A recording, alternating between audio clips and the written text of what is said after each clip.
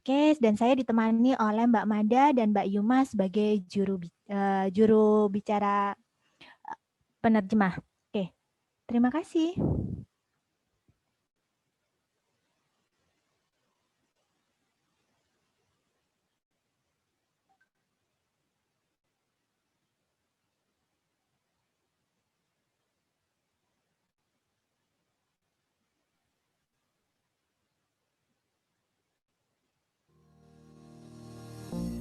Tahun 2020 menjadi tahun yang mengubah cara hidup kita.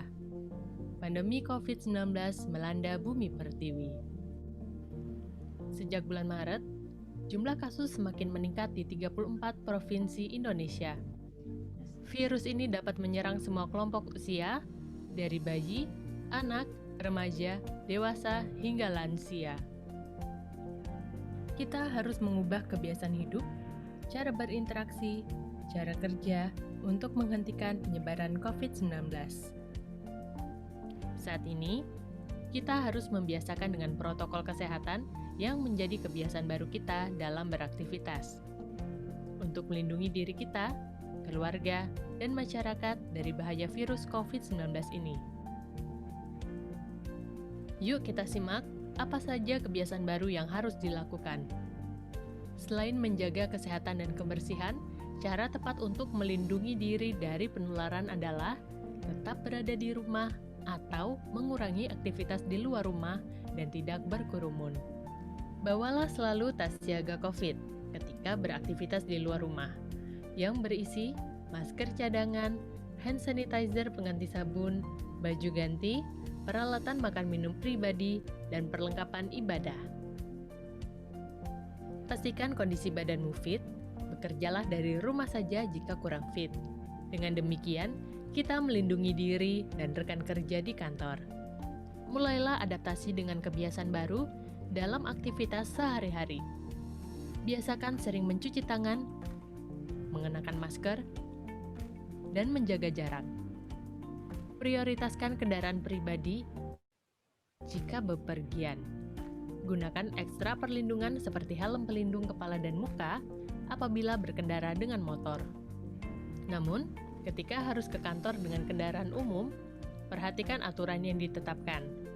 Upayakan membayar dengan uang non-tunai, berdiri atau duduk di tempat yang ditandai, selalu kenakan masker, jaga jarak minimal 2 meter, tidak mengobrol, dan hindari menyentuh benda di sekitar. Setelah sampai tujuan, cuci tangan dengan sabun, lakukan 6 langkah selama 20 detik, atau dengan hand sanitizer. Ingat, untuk selalu mencuci tangan sesering mungkin. Ikuti juga pemeriksaan suhu tubuh sebelum masuk lingkungan kantor. Sapa rekan kerja tanpa harus bersentuhan, dengan salam tangkup tangan atau lambaikan tangan. Tetap jaga kebersihan di meja pribadi dan sekitar dengan desinfektan atau tisu basah. Ketika rapat, gunakan fasilitas secara daring agar meminimalisir pertemuan skala besar. Jika diharuskan tatap muka, pilih ruangan terbuka atau bersirkulasi udara baik. Jika rapat di ruangan tertutup, batas maksimal hanya 2 jam. Jangan berkerumun di lingkungan kantor untuk mencegah penularan virus. Ingatkan secara santun saat bertemu rekan kerja yang tidak memakai masker atau tidak melaksanakan protokol kesehatan dengan benar. Apabila terpaksa mengikuti kegiatan kerja di luar kantor, cek kembali apakah dilaksanakan sesuai protokol kesehatan, seperti pembatasan peserta, pemilihan lokasi pertemuan, dan pengaturan jarak aman. Jika tidak sesuai dengan protokol kesehatan COVID, jangan ragu untuk sampaikan kepada panitia dan Anda hanya mengikuti secara daring. Apabila waktunya pulang, tetap ikuti prosedur hingga tiba di rumah. Hindari berinteraksi langsung atau bersentuhan dengan anggota keluarga. Buang perlengkapan sekali pakai seperti masker di tempat sampah. Jika untuk pemakaian berulang, cuci bersih, keringkan, dan simpan di tempat yang bersih dan mudah diambil. Segera mandi agar Anda dan keluarga terlindungi. Jangan segan hubungi Pusat Layanan Kesehatan, baik melalui telepon atau daring ke Satgas COVID-19 di lingkungan terdekatmu, bila mana kamu menunjukkan gejala COVID. Tetap semangat untuk melaksanakan protokol kesehatan agar saling menjaga dan melindungi masyarakat, keluarga, dan anak-anak yang kita dampingi. Aku sehat untuk melindungimu, dan kamu sehat untuk melindungiku. Ayo, disiplin melakukan kebiasaan baru, dimulai dari diri sendiri.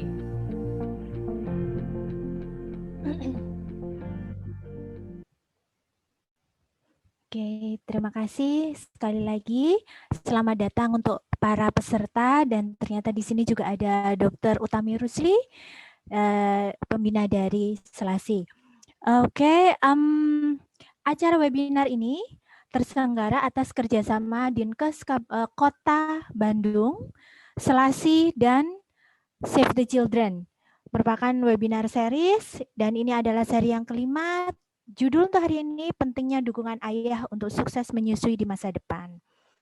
Oke, mungkin sebelum kita mulai, kita lihat dulu ya tata tertibnya. Oke, ini. Kita bisa sambil lihat di sini. Untuk para peserta, tadi sudah sempat untuk disampaikan oleh Mas Fajar, username-nya kalau masih yang bernama HP dan sebagainya, mohon diganti dengan nama asli dan asal institusi. Berpakaian sopan dan rapi, karena nanti kita juga akan buka web, buka kamera.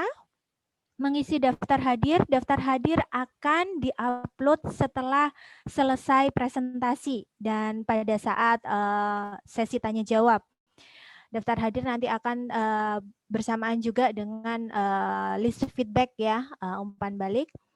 Pastikan audionya tersambung, dan saat ini mungkin di-mute dulu sebelum nanti sesi tanya jawab. Bertanya pertanyaan boleh ditulis di chat box. Silahkan langsung ditulis di sana, nanti kita akan collect dari sana. Mohon kalimatnya yang ramah dan sopan, menghindari memberikan komentar negatif atau bullying baik kepada narasumber maupun kepada penanya yang lain. Pastikan laptop atau HP yang digunakan dalam kondisi baik saat dihubungkan dengan aliran listrik. Pastikan di sekitar tempat duduk tidak ada kabel listrik yang terhubung dengan aliran listrik demi keamanan bersama mengikuti acara hingga akhir. Dan hal-hal yang sebaiknya dihindari adalah menggunakan username tadi ada Oppo, Samsung, iPhone dan sebagainya, atau dengan nama-nama alias. Terus kemudian salah menuliskan nama dalam daftar hadir, melakukan unmute sebelum diperbolehkan, melakukan kegiatan lain, melakukan kegiatan terutama yang berbahaya ya, sambil berkendara di luar rumah, keluar masuk room meeting tanpa izin terkecuali karena terkendala jaringan. Tidak mengikuti acara sampai akhir. Oke, ini tata tertibnya. Sesi ini nanti presentasi akan berlangsung 45 menit selain tanya jawab ya. Setelah itu sepanjang ini peserta boleh menyampaikan pertanyaannya di chat box. Nanti akan kita bacakan dari chat box. Nah, nanti di akhir acara kita akan pilih 5 pertanyaan yang menarik untuk mendapatkan hadiah dari panitia. Oke. Oh ya, nanti tadi sudah saya sampaikan daftar hadir dan lembar feedback akan kita upload di belakang sesi setelah acara presentasi selesai. Oke. Ya, mungkin kalau tidak ada tambahan dari panitia, kita bisa mulai. Itu di sana ada Mas Rahmat Hidayat, narasumber kita hari ini. Selamat datang Mas Rahmat. Selamat pagi Mbak Santi, teman-teman semua. Oke, nah Mas Rahmat ini beliau pengalamannya banyak ya. Yang paling penting adalah beliau adalah salah satu co-founder dari Ayah ASI. Kalau ada yang pernah baca catatan Ayah ASI dan catatan Ayah ASI yang ditambah-tambahin, ada bonusnya ditambah-tambahin. Nah, itu salah satu hasil karya Mas Rahmat ya. Iya, dan saya baru tahu aktif banget ya. Ternyata beliau sangat suportif sampai ternyata beliau juga konselor loh, konselor menyusui. Siapa dulu Mamat? Hehehe, itu ada ibu kami di sana. Iya, Selamat selamat dulu datang, Mbak Dok. Tami. Wah, Halo, saya udah lama nggak ketemu sama Ibu Bapak Asi yang hebat. halo Mbak Iya, Tami. Halo sayang. iya. Jadi beliau aktif kegiatannya hari ini. Beliau adalah Planning, Monitoring, and Evaluation Manager di Spheresia Foundation Indonesia HIV Response, Eliminating the AIDS Endemic in Indonesia by 2030. Nah ini nih biasanya AIDS sama asin nih orang suka nggak boleh ini nggak boleh. Aku rasa sih Mas Rahmat ahlinya ya di sana ya. Oke, Planning, Monitoring, and Evaluation Coordinator Central Board of Asia, Aisyah 2013-2016. Project Koordinator Indonesia Business Links 2012-2013. Nah, lumayan banyak nih. Tapi yang paling penting ini ada websitenya loh. Ada ayahasi.org. Jadi teman-teman kalau pengen ngomong lebih banyak, nah tapi sebelum ke sana nanti kita dengerin apa sih beliau pengen cerita apa sih. Jadi harapannya ayah-ayah di sini ikutan denger nih cerita si ayah. Dan terima kasih kepada Save the Children untuk mempercayakan kepada saya. Ini adalah kehormatan ketemu ayah ASI ya. Pengen ngobrol sama si ayah, gimana sih perspektif si ayah itu, apa yang ayah rasakan. Nah, supaya ceritanya bisa lebih lama, kita langsung aja ya. Silahkan Mas Rahmat. Ya, baik Mbak Santi. Saya izin share screen ya. Wah, pakai kumis sekarang. Masa pandemi. Mbak Masa Tami pandemi. jarang-jarang ke ini, cukur-cukuran. Oke, sebentar. Baik, terima kasih. Assalamualaikum warahmatullahi wabarakatuh. Selamat pagi. Suara saya terdengar jelas? Jelas. Jelas. Oke. Salam sejahtera buat kita semua. Salam sehat Indonesia. Mudah-mudahan kita masih diberikan kesehatan di masa pandemi ini. Sebelumnya terima kasih buat teman-teman Save the Children, kemudian Sentra Laktasi Indonesia, Mbak Tami, Dinas Kesehatan Kota Bandung, atas undangannya untuk berpartisipasi di acara kali ini, di webinar kali ini. Salam kenal, saya Rahmat Hidayat. Tadi sudah dijelaskan, disebutkan panjang lebar oleh Mbak Santi. Kebetulan juga salah satu co-founder dari AYAS Indonesia dan juga konselor laktasi. Waktu itu ya kalau bukan gara-gara Mbak Tami mungkin saya nggak ikutan gitu ya. Kebetulan waktu itu ikutan pelatihan di Selasi sama teman-teman di yang lainnya. Baik, mungkin ada yang belum kenal dengan AYAS Indonesia itu apa, jadi saya mungkin sedikit bercerita aja, sekedar flashback. Sebentar, bentar saya salah menampilkan. Slide-nya bukan yang ini. Sebentar. Oke. Pakai kumis. Setelah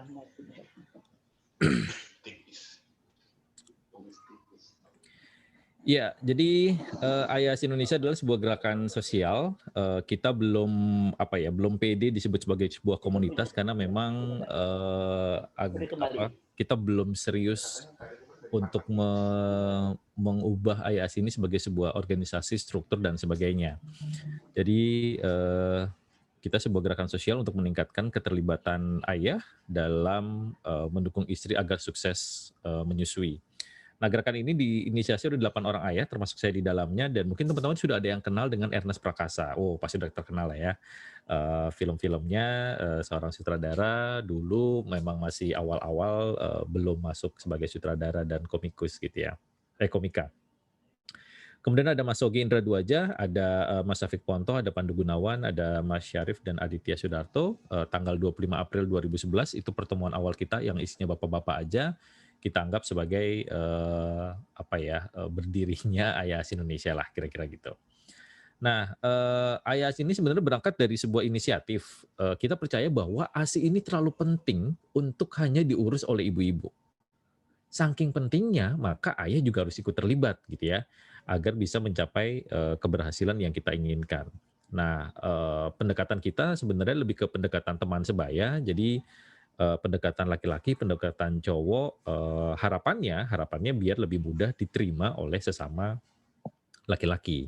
Walaupun ternyata di Instagram, di Twitter, banyak juga ibu-ibu yang mau ikutan. Karena ternyata kok kayaknya lebih santai penyampaian informasinya dibanding dengan eee, kelompok lain atau komunitas lain.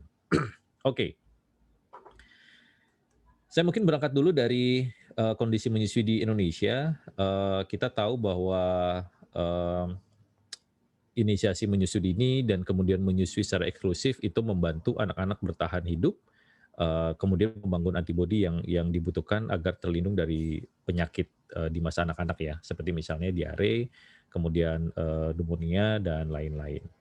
Nah, kita tahu juga anak yang mendapatkan ASI itu memperlihatkan hasil yang lebih baik pada tes intelijensi, kemudian mengalami obesitas dan kelebihan berat badannya juga kecil, kerentanan mengalami diabetes semasa dewasa juga lebih rendah. Kemudian secara global peningkatan angka ibu menyusui juga bisa menyelamatkan nyawa lebih dari 820.000 anak usia balita.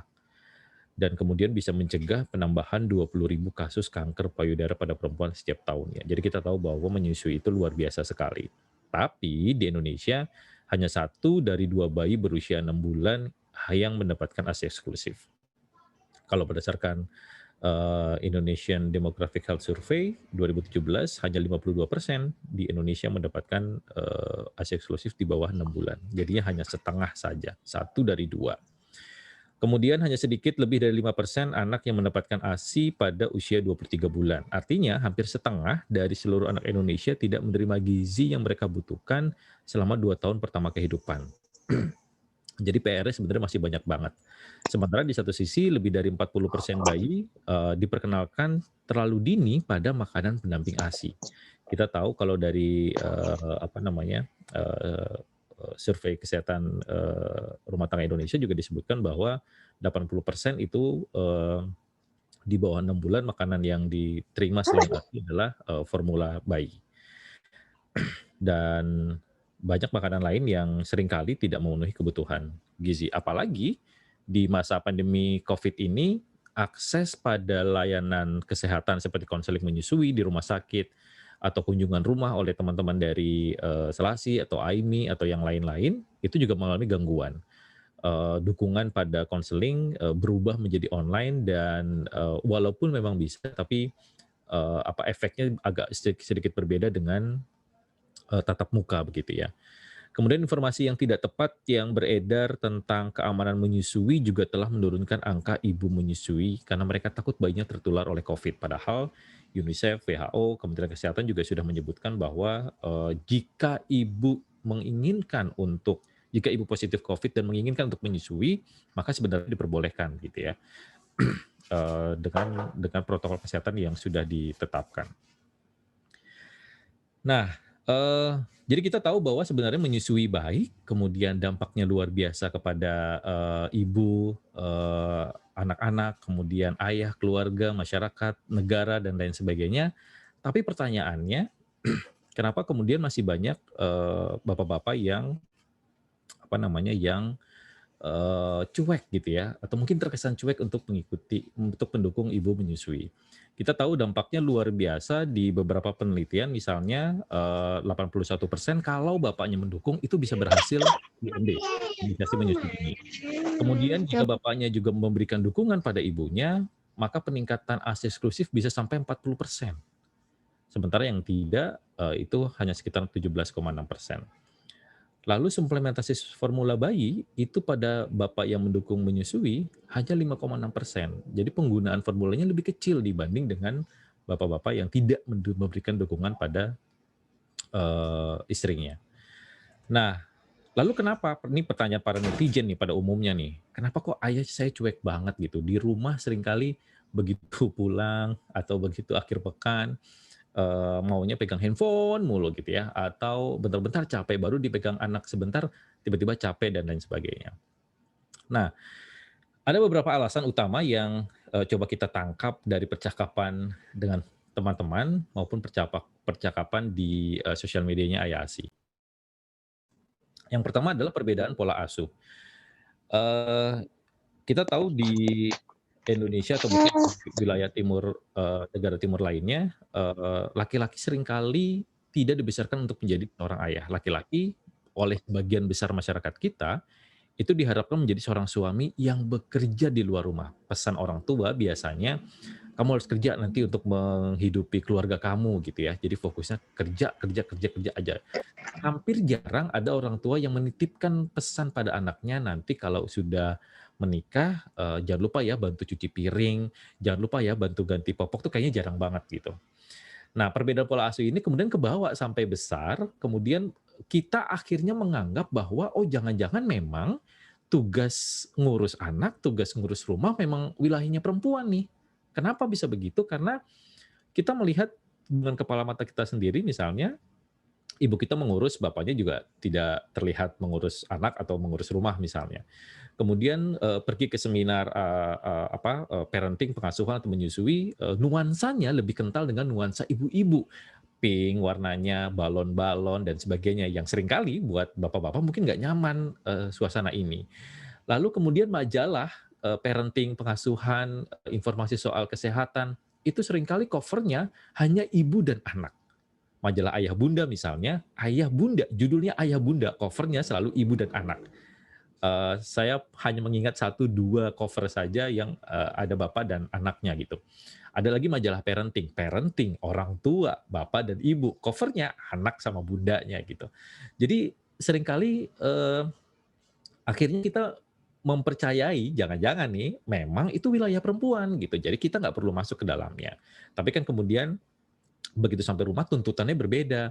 "Aku capek nih, tolong bantuin dong," dan lain sebagainya gitu. Nah, ini yang nggak ketemu gitu ya. Jadi ada beberapa alasan kenapa kemudian, bukan kita cuek, tapi kemudian ya pada akhirnya kita terbentuk seperti ini, oleh oleh pola asuh, sebagian besar masyarakat kita. Kemudian yang kedua, sorry, kita tidak tahu caranya. Jadi Ernest Prakasa di dalam buku catatan Ayasi itu sudah menyebutkan bahwa, kita bukan tidak peduli, tapi sebenarnya kita tidak tahu caranya untuk peduli. Jadi kalau ditanya, "Peduli nggak sih sama anak istri?" "Oh peduli dong," gitu. Orang itu anak kita, itu istri kita sendiri gitu, ya kita peduli gitu. Tapi kita tidak tahu caranya untuk memberikan dukungan itu, ya. Banyak bapak-bapak yang tidak tahu kenapa sapu kamar sama sapu, ruang keluarga tuh harus berbeda. Di rumah tuh bisa ada 5 sapu dan kita nggak tahu kenapa harus banyak, kan ini sapu sama aja, debunya sama aja. Oh enggak, buat ibu-ibu itu berbeda ya. Jadi jangan jangan harap itu sama gitu. Kenapa kemudian, anduk habis mandi harus ditaruh di jemuran, jangan taruh di tempat tidur gitu ya. Kenapa kemudian jemur itu ternyata ada, aturan dan SOP-nya, nggak bisa sembarangan gitu. Karena nanti menyulitkan ibu-ibu ketika menyetrika, bapak-bapak nggak tahu itu. Nah, hal-hal yang begini nih yang seringkali miss gitu ya, udah diminta bantuan sama istrinya, bapaknya asal aja, yang penting beres, karena kan laki-laki ujungnya output. Cuci piring itu kan ujungnya cuma bersih, kering, dan wangi. Tapi nggak cukup sampai situ buat ibu-ibu. Menyusun piringnya harus urutan dari yang besar atau yang kecil, dari yang kecil sampai yang besar. Bapak-bapak nggak tahu seringkali kayak gitu. Nah, jadi bukan kita nggak peduli sebenarnya, tapi kita memang tidak tahu caranya dan ini yang perlu dikomunikasikan. Itu melanjutkan informasinya ke informasi berikut, kita jadi sering salah di mata istri, gitu ya. Kenapa? Karena ada perbedaan cara mengerjakan pekerjaan rumah, akhirnya salah terus, udah diminta bantuin, kemudian, begitu dibantuin, istrinya malah mengulangi, kegiatan rumah, gitu ya. Misalnya nyapu nih, bapaknya udah nyapu, dia udah bantu nyapu, seringkali lupa bilang terima kasih, yang ada malah marah-marah. "Kok itu nggak diangkat sih kursinya? Kok ini begini itu?" Dan sebagainya. Akhirnya dilanjutin lagi, nyapunya gitu, oleh si ibunya gitu. Lah, ngapain harus minta tolong sama kita, kemudian kalau ibunya udah tahu cara yang benar, kan gitu sebenarnya. Nah, ini yang perlu dikomunikasikan. Kemudian yang keempat, jangan lupa kita seringkali dilarang juga oleh orang tua atau mertua atau adat istiadat gitu ya. Ada beberapa curhatan dari para istri di Instagram-nya AASI yang bilang, "Wah, bisa perang dunia ketiga kalau saya menyuruh suami saya di depan mertua," gitu misalnya. Nah, itu kan berarti udah membatasi kan, orang tuanya belum bisa menerima bahwa anak laki-laki saya harus bantu ngurusin rumah gitu. Kan dia udah memberikan, nafkah lah kira-kira gitu. Nah, jadi sebelum marah sama suaminya, kita berharap para istri nih, teman-teman yang lain, melihat ada latar belakang loh yang kemudian menyebabkan kita begini gitu. Jadi memang harus pelan-pelan sebenarnya untuk ngasih tahu atau untuk minta bantuan. Kemudian yang terakhir, seringkali istri terbawa emosi ketika berbicara dengan suami. Jadi kesannya nyuruh. Kenapa? Karena istri merasa bahwa kok kayaknya semua kerjaan saya ya gitu. Istri kok suami pulang kelihatan kayaknya main HP terus, duduk-duduk santai gitu. Jadi pas mau minta tolong yang keluar tuh udah emosi duluan. "Kamu nih HP aja terus, bantuin kayak nyuci, bantuin." Nah gitu tuh. Yang kayak begitu yang sering kali, apa namanya, eee, buat suami jadi ketika ini kan alami ya, orang ketika diserang maka yang muncul adalah pertahanan diri gitu, defense. Jadi pasti yang keluar, "Loh, aku kan udah cari duit Senin sampai Jumat bekerja, setiap bulan memberikan gaji." Ah, nggak ketemu deh tuh akhirnya ya. Akhirnya malah jadi membandingkan, pekerjaan masing-masing. Padahal, dua-duanya punya peranan penting, makanya di IASI, kita punya slogan, eee eee, "Bikin ibu berdua, ngurus anaknya juga berdua." Nah, kemudian gimana dong cara ngomong ke ayah? Yang pertama tentu harus ngomong baik-baik. Kita tahu bahwa, ya namanya pasangan gitu ya, ya kan harus ada komunikasi yang baik dan itu bukan hanya dibangun dari, ketika sudah punya anak, tapi sebenarnya justru harus dibangun sebelum menikah. Ketika sudah menikah maupun hamil. Makanya kita, selalu menganjurkan buat teman-teman yang ingin belajar menyusui, jangan pas punya anak, justru jauh sebelum merencanakan kehamilan sudah dibicarakan gitu. Nanti kalau punya anak, kita ngasih makannya apa ya gitu. Oh menyusui, oke, cari tahu soal menyusui. Oh ada MPASI, cari tahu soal MPASI. Oh ternyata rumah sakit ada yang bisa melakukan IMD, ada yang kamar bayinya dipisah dan lain sebagainya. Nah itu kan harus dicari gitu, kesepakatannya sudah dari awal. Nah, komunikasi istri dan suami ini seringkali berbeda. Perempuan itu memang lebih senang dimengerti tanpa harus bilang. Sementara laki-laki kan bukan senayang gitu ya, bukan dukun yang bisa menebak maksudnya istri. Nah, ini seringkali nggak ketemu. Jadi lebih baik istri ngomong langsung kalau meminta bantuan. Laki-laki seringkali butuh di-brief dulu. Jadi sebelum akhir pekan misalnya, sebelum mau minta bantuan, udah ngomong dari Kamis dan Jumat. Jadi si bapak-bapaknya ini punya punya bisa mengatur ekspektasinya gitu. Karena seringkali Sabtu dan Minggu itu di pikirannya dia mau istirahat aja di rumah, nggak ngapa-ngapain. Nah, dari Kamis dan Jumat udah dikasih tahu, "Pak, besok hari Sabtu bantuin aku ya, jemur pakaian," misalnya. "Besok hari Sabtu bantuin aku ya nyapu, soalnya, aku harus ngurusin yang lain," dan sebagainya gitu. Nah, itu lebih enak dibanding dengan, pas hari H-nya, terus kemudian yang keluar malah marah-marah dan lain sebagainya. Kemudian turunkan standar. Kita tahu bahwa, perempuan seringkali punya standar SOP sendiri untuk ngurus rumah, mulai dari nyuci piring, mulai dari mandiin anak, mulai dari milihin baju yang tidak bertabrakan warnanya buat anak, itu kan punya standar sendiri. Kita nggak tahu, buat kita baju, celana sama aja warnanya. Orang cuma di rumah, tapi kan buat istri nggak bisa, ini warna nggak matching gitu. Nah itu yang perlu diturunkan gitu. Kenapa perlu diturunkan? Karena kita perlu ketemu di tengah sebenarnya gitu. Laki-laki punya caranya sendiri, biarkan anak-anak mengalami cara kerja si bapak-bapak dalam mengurus si anaknya gitu. Kenapa? Karena kita berharap anak-anak bisa mendapatkan sisi maskulin dari bapaknya dan sisi feminin justru dari ibunya. Nah, ini kan jadi ketemunya di tengah gitu. Jadi biarkan, ucapkan terima kasih buat suaminya ketika sudah membantu urusan rumah gitu ya. Contoh misalnya mandiin anak itu buat laki-laki kan main air ya, sementara buat perempuan, buat istri, mandiin anak itu harus sesuai dengan SOP, kalau perlu sesuai dengan undang-undang yang berlaku di Indonesia. Udah minta tolong nih sama bapaknya, "Pak, tolong dong mandiin si adek." Oke, bapaknya udah mau nih. Udah mau, baru mau megang bayi, ibunya di belakang. "Pak, nggak gitu cara megang bayinya, Pak. Itu airnya kepanasan, Pak. Jangan kelamaan nanti ini, itu, dan sebagainya," gitu. Belum mulai, padahal belum mulai. Cerewetan nih udah dari A sampai Z gitu. Nah, kalau udah tahu yang benar kan ya ngapain harus nyuruh suaminya gitu. Mandiin anak itu ujungnya kan cuma 3. Sama dengan cuci piring, kering, bersih, dan wangi gitu. Nah, ketika itu sudah selesai, ya ucapan terima kasih, baru kemudian kasih masukan, "Terima kasih ayah udah mandiin adek, besok-besok jangan lupa ya bajunya terbalik," gitu. "Besok-besok jangan lupa ya, itu tadi yang dipakai di badan sampo loh, bukan sabun," gitu.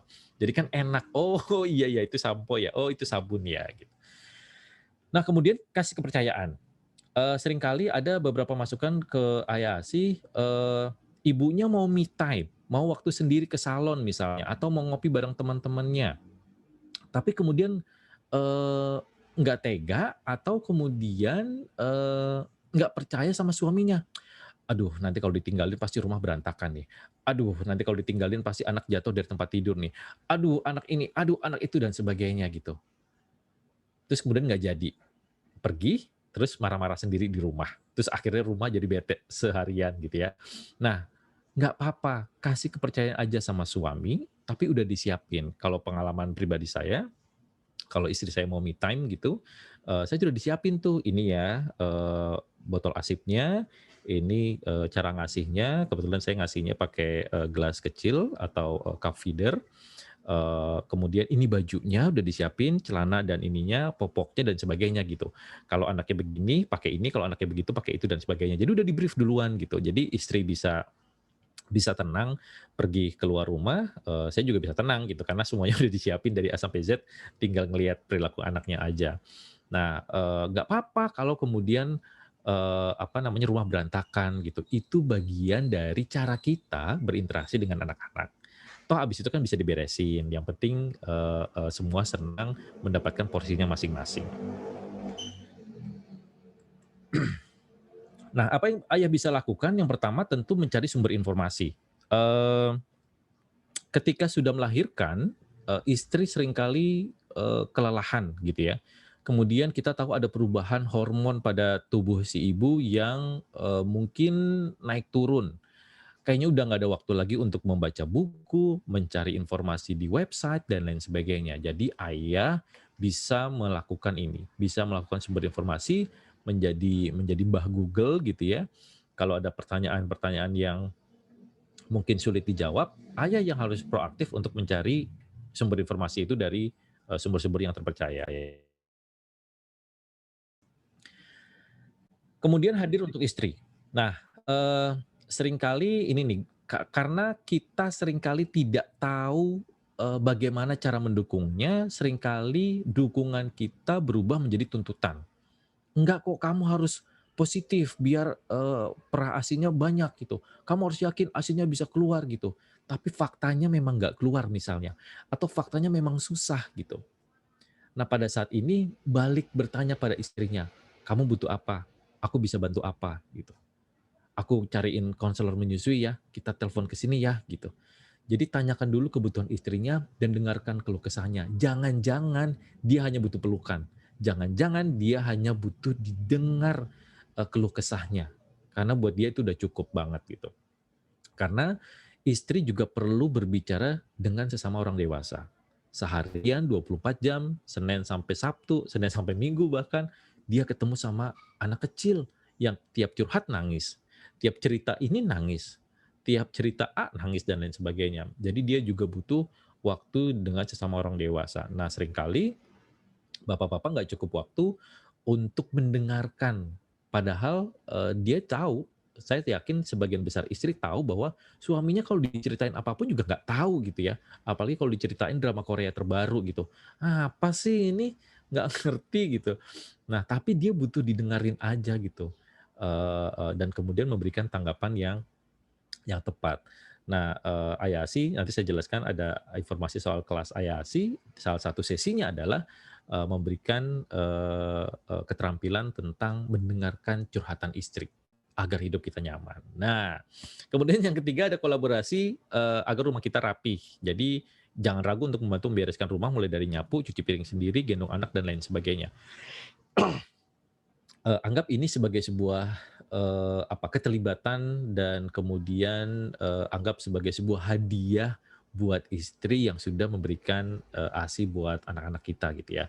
Kalau pagi-pagi nih, bangun pagi, tiba-tiba istri udah ngelihat piring udah rapi, ada sarapan di meja makan dan lain sebagainya, tuh istri pasti, "Ya ampun, aku beruntung sekali mendapatkan suami yang baik hati," gitu.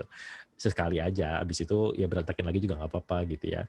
Nah itu kolaborasi ini penting karena dalam menyusui kita butuh butuh kenyamanan dan ketenangan dari si ibunya. Kemudian kita bisa main sama anak. Main sama anak-anak itu nggak butuh pendidikan yang formal loh, ya. Yang penting kita menyediakan jiwa raga kita sepenuhnya buat si anak-anak. Jadi jangan jangan jangan jangan misalnya jangan nemenin anak main. Justru kita pengen kalian mainlah sama anak-anak gitu. Kalau anaknya mau apa ya ikutin aja. Memang energinya banyak dibanding dengan kita gitu ya.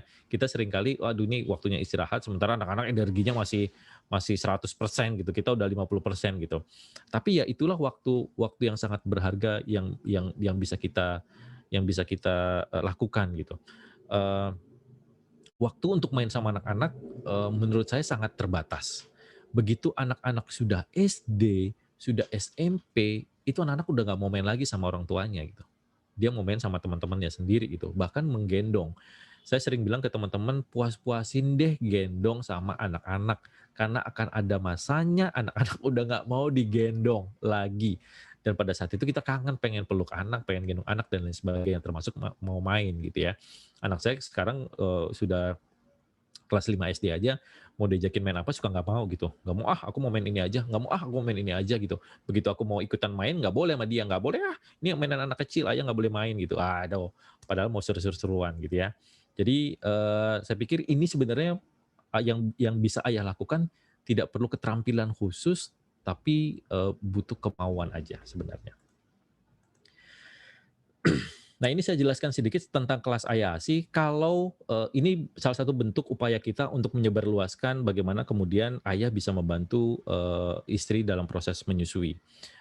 Modul ini kita kembangkan setelah kita berangkat ke Palu menjadi relawan timnya dari Selasi, AIMI dan juga UNICEF pada bencana gempa di Palu. Sepulang dari sana kemudian teman-teman mengusulkan untuk nih kayaknya kelas IIC perlu dibikin modulnya deh biar lebih cakep lagi gitu ya. Pengerjaannya setahun. Ini dikembangkan oleh 5 orang ayah, 3 diantaranya konselor menyusui, ada Bang Heri dari IASI Medan, ada Bang Wawan dari IASI Jogja, Kang Isma dari IASI Bandung, Mas Yandra IASI Jogja, dan juga saya sendiri. Nah, ada 7 sesi, tadi saya sebutkan salah satunya sesi yang ke-6 adalah mendengarkan curhatan istri. Jadi kita ngajarin bapak-bapak untuk gimana sih cara mendengarkan yang baik dan memberikan respon yang tepat. Kita mengajarkan juga pada sesi kedua tentang cara kerja payudara, biar mereka tahu dan memutuskan mitos-mitos begitu ya. Lalu ada permasalahan menyusui. Kita pengen bapak-bapak juga tahu apa saja permasalahan umum menyusui, harapannya bisa mencegah itu terjadi pada istrinya sendiri. Lalu ada cara menggendong, kemudian cara mendongeng, dan yang terakhir adalah cara membantu istri menyusui pada situasi bencana. Nah, ini sudah kita lakukan dari 2019 sampai 2020, kita uji coba di beberapa kota. Harusnya tahun ini juga ada beberapa kegiatan kelas AYASI, tapi pandemi keburu datang, akhirnya kita baru kemarin mencoba sesi online.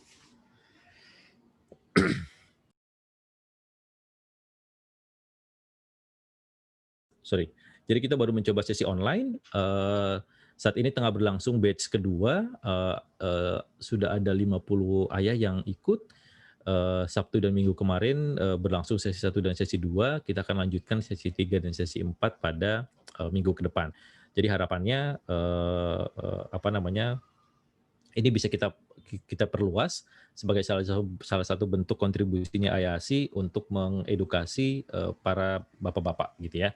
Tungguin aja informasinya di Instagramnya IASI. Kita akan buka batch ketiga di akhir Desember 2020.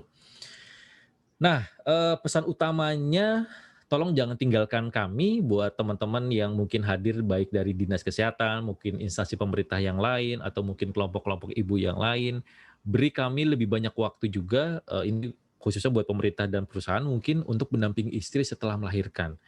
Jatah cuti untuk ayah perlu ditingkatkan gitu ya.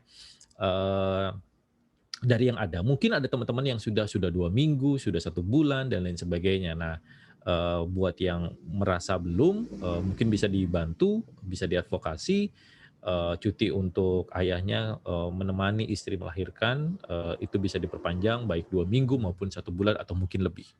Lalu berikan kami tempat yang aman untuk berdiskusi dengan ayah. Kelas IASI salah satu cara kita untuk memberikan tempat yang aman, karena seringkali seminar, workshop, itu nuansanya lebih kental dengan bapak-bapak yang menurut kita tidak nyaman untuk bercerita. Kalau ikutan sesi parenting misalnya atau sesi menyusui yang isinya ibu-ibu, itu seringkali kita justru yang disenggol. Tuh, dengerin tuh Bu Dokter tuh dengerin Mbak Tami bilang apa, kamu mah harus gitu, nah malah dimarahin. Mau belajar malah dimarahin sama istrinya sendiri. Nah itu kan bukan tempat yang nyaman dan aman buat kita. Lalu jangan memaksakan, kita juga butuh proses. Kalau banyak orang bilang, di rumah ada 2 anak nih, 1 kecil 1 gede, ya memang gitu ya. Jadi kita memang butuh diajarin secara pelan-pelan, dan kemudian yang terakhir tolong beri kami kepercayaan juga jika memang ingin membantu. Saya pikir itu presentasinya, jangan lupa bikinnya berdua, ngurus anaknya juga berdua. Buat saya ini hanya sekedar berbagi pengalaman saja. Saya yakin teman-teman sudah tahu dan sudah paham bagaimana proses ayah mendukung istri menyusui. Jika ada yang kurang silakan diberikan masukan. Jika ada pertanyaan mari kita berdiskusi. Dari saya itu. Terima kasih Mbak Santi. Assalamualaikum warahmatullahi wabarakatuh. Waalaikumsalam warahmatullahi wabarakatuh. Terima kasih Mas Rahmat, wah asik-asik, keren-keren. Nah, ini tadi cerita sekaligus ini ya, serupa dengan yang saya temukan di antara ayah-ayah, dan saya rasa nih ayah ASI cukup berbesar hati menyampaikan apa yang dirasakan. Biasanya kan yang kami tahu ya, ya betul sekali. Begitu ngumpul, adusan ibu-ibu semua gitu. Kita mau ngomong gimana? Saya menemukan tempat yang nyaman ketika ngobrol adalah cuman berdua dengan si ayah dengan si ibu. Jadi ayahnya silahkan bisa merdeka gitu. Ya, terima kasih Mas Rahmat, banyak sekali note. Mungkin kapan-kapan saya yang undang jadinya ya, ketemu sama mahasiswa saya. Itu, iya, karena akan rasanya beda kalau yang ngomong si ayah sendiri daripada saya yang ngomong nih ayah seperti ini. Karena saya ingat teman saya pernah bilang gini, San, itu kan saya ngomong dia perempuan dan seperti itu atau melakukan seperti ini kan infonya berdasarkan yang ibu-ibu juga, yang cewek-cewek juga. Tapi kami cowok kan nggak gitu komentarnya. Oke, that's good. Saya bilang gitu. So, terima kasih Mas Rahmat, setuju bahwa jangan berasumsi, tanya sama orangnya. Mas, ayah, papa, pengennya seperti apa? Kalau saya pengennya seperti ini. Nah, mungkin dan sebaliknya, tadi saya suka sekali waktu Mas Rahmat tanya, apa yang bisa saya bantu sebelum kita menghakimi ya, sebelum kita, kamu nggak begini. Nah, itu tadi, karena saking ininya, karena sudah mentok, telat ngomongnya, akhirnya yang keluar emosinya. Oke. Thank you. Kita mungkin bisa lanjut ya dari pertanyaan. Silahkan para peserta boleh ditulis di chat box, nanti kita bacakan. Atau ada yang mau tanya langsung? Ini karena di chat box saya nggak bisa, belum ada yang tanya. Teh Lisa gimana? Mungkin teman-teman ada Silakan Ya. para peserta, jika ada yang ingin bertanya mungkin bisa dituliskan di chat box atau bisa juga secara langsung ya. Oke. Akan kami bantu di prosedur ini. Oke, ini kebetulan ada satu nih yang barusan masuk. Ada ucapan terima kasih juga, baru tahu kalau ada kelas Ayah ASI. Terus ini ada pertanyaan dari Ibu Faridah. Assalamualaikum. Mau tanya sejauh mana pengaruh ayah perokok dengan ibu menyusui?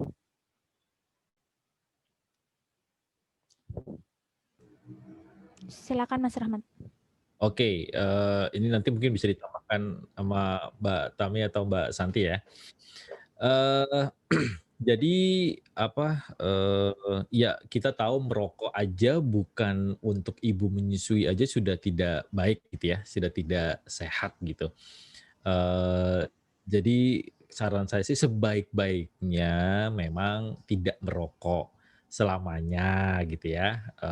Mau istrinya hamil, mau istri yang menyusui, sebaik-baiknya memang tidak merokok. Kita tahu bahwa yang informasi yang saya tahu ketika merokok itu kan ada sisa residu yang bisa menempel baik pada tubuh maupun pada pakaian si bapak gitu ya. Jadi memang harus mandi dulu, harus bersihin dulu sebelum masuk rumah, sebelum pegang bayi, sebelum pegang istri dan sebagainya.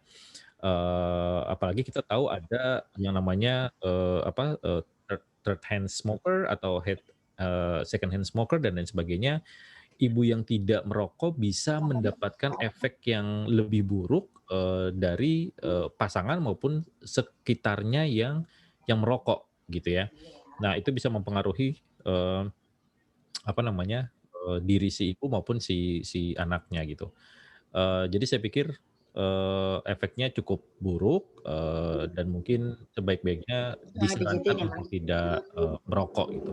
Saya pikir itu sih informasi yang saya tahu, mungkin bisa ditambahkan Mbak Santi atau teman-teman yang lain. Oke, terima kasih. Mungkin Dokter Utami mau menambahkan informasi terkait merokok? Ya, saya rasa kita tahu ya. Jadi memang ternyata pasti smoker itu sama sih bahaya-bahaya yang akan dia terima sama si smoker itu sendiri. Dan tadi benar Rahmat mengatakan bahwa kalau kita merokok bukan hanya di baju, tapi kan di mobil pun kalau kita merokok dan anaknya masuk ke mobil itu atau kamar mandi yang sering dipakai, itu masih ada di situ racun-racunnya. Jadi kalau sama sekali nggak bisa nggak merokok, paling tidak merokok di rumah. Juga tidak di pekarangan, karena pekarangan rumah di Jakarta atau di mana, kecuali kalau betul-betul di daerah ya, di mana pekarangannya lebar ya.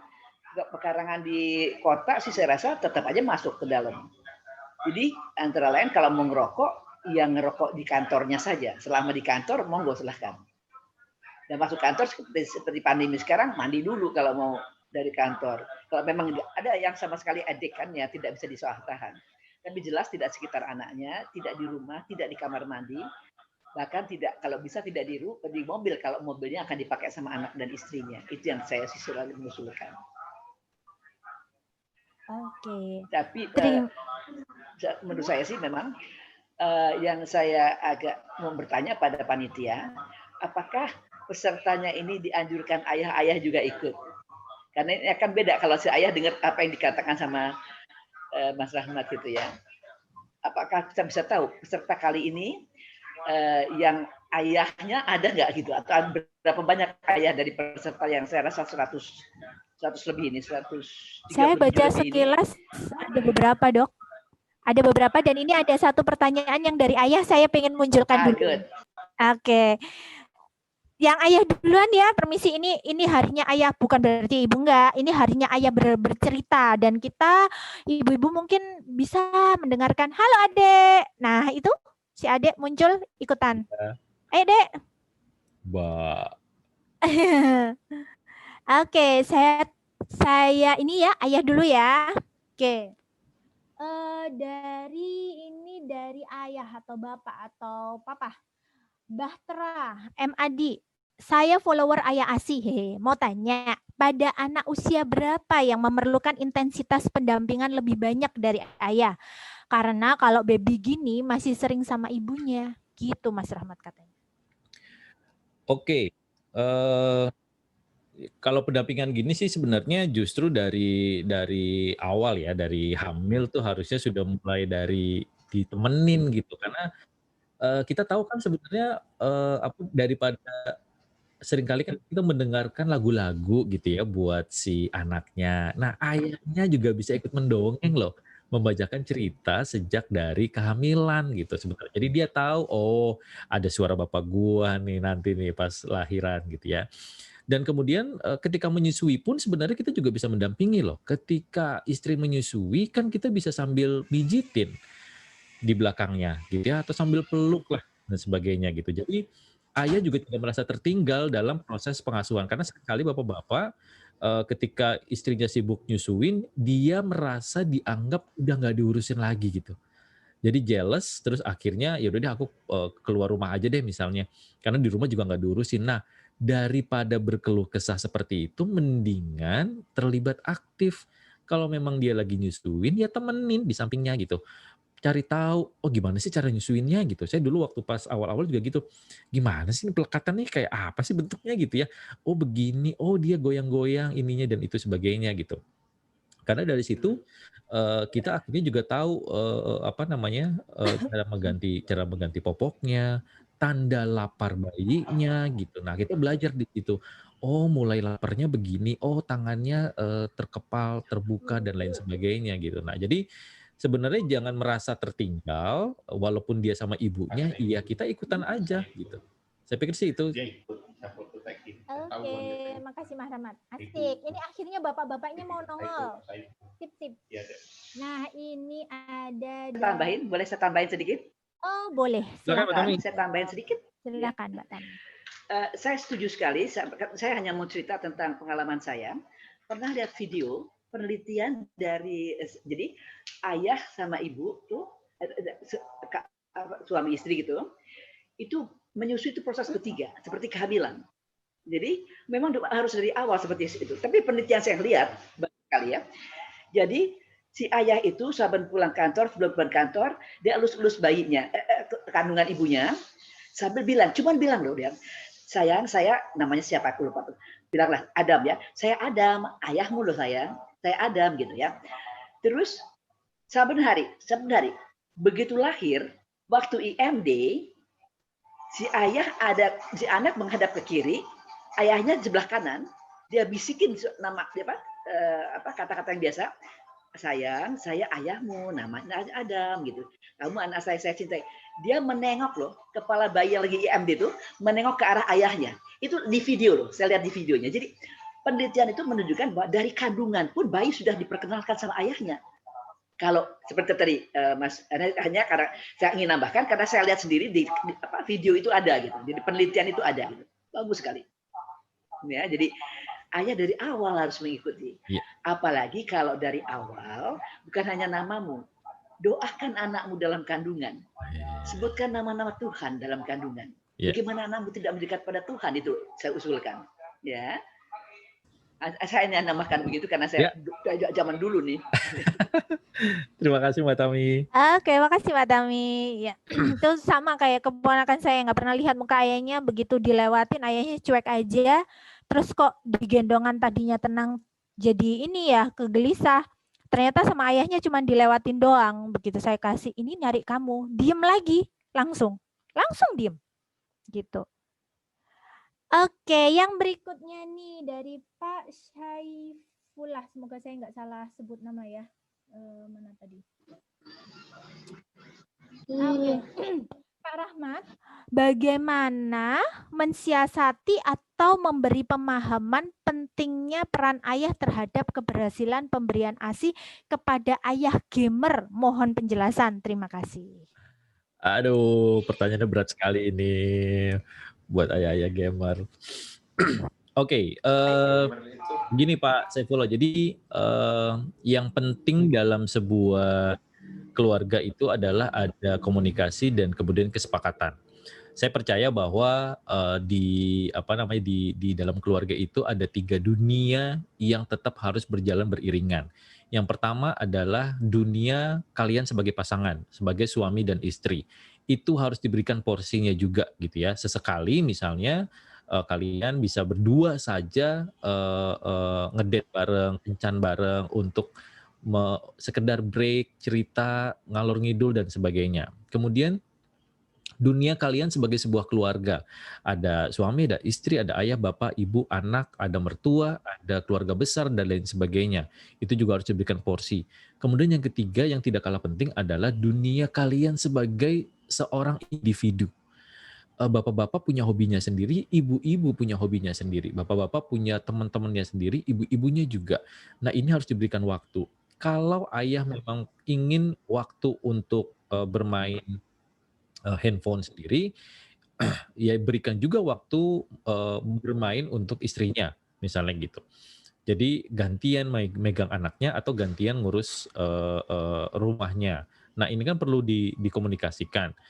Poinnya sebenarnya bukan pada memberikan pemahaman si ayah untuk memberikan ASI sebenarnya, tapi membagi waktu di rumah dan membagi tugas-tugas yang ada di rumah gitu. Saya sama istri kebetulan sudah dari sejak kehamilan membicarakan ini dan menyepakati gitu. Nanti kalau sudah lahir anaknya, maka tugas saya jatahnya adalah sebelum berangkat kerja, sesudah pulang kerja dan akhir pekan. Jadi itu waktu-waktu yang anak-anak harus sama saya gitu. Dan istri saya juga konsisten gitu. Kalau anak-anaknya deket sama dia nggak mau ya Sabtu Minggu itu waktunya ayah yang ngurusin. Jadi jangan ke bunda dulu gitu. Pokoknya minta ke ayahnya dulu. Nah, mau nggak mau kan saya juga jadi oke, anak-anak saya urusin mulai dari mandi, nyiapin makanan dan lain sebagainya gitu.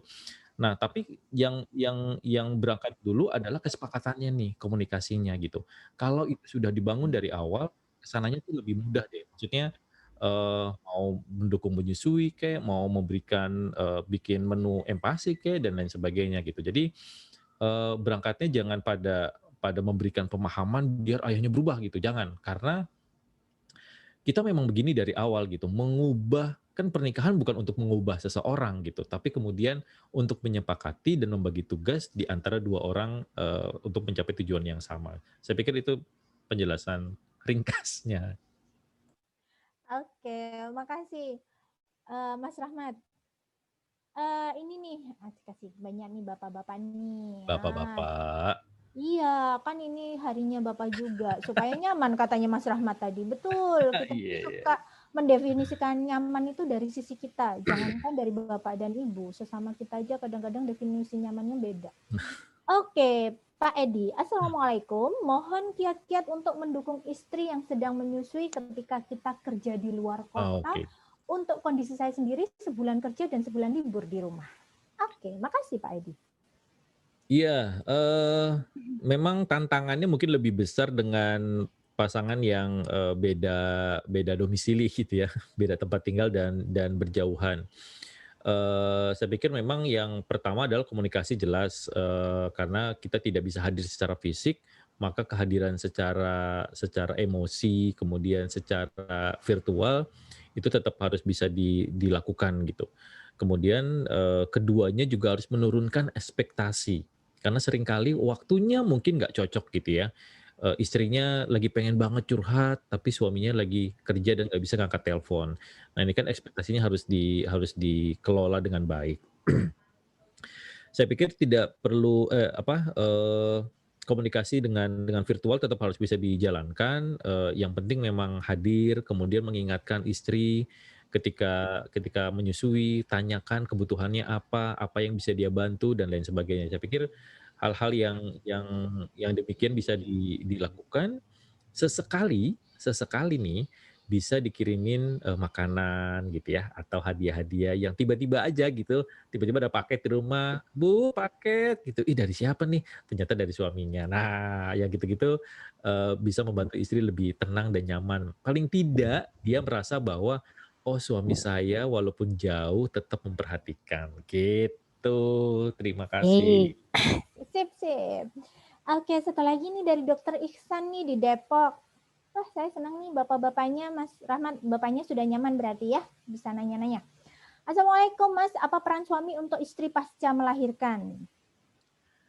Ya, tadi sebenarnya sudah kita sebutkan, tapi saya lupa menyebutkan satu hal tentang postpartum depression ini atau baby blues syndrome. Jadi saya sempat ketemu dengan teman-teman psikolog dan diingatkan, tolong bapak-bapak diingetin bahwa ketika habis melahirkan itu emosi ibu belum stabil, ada perubahan hormon di dalamnya.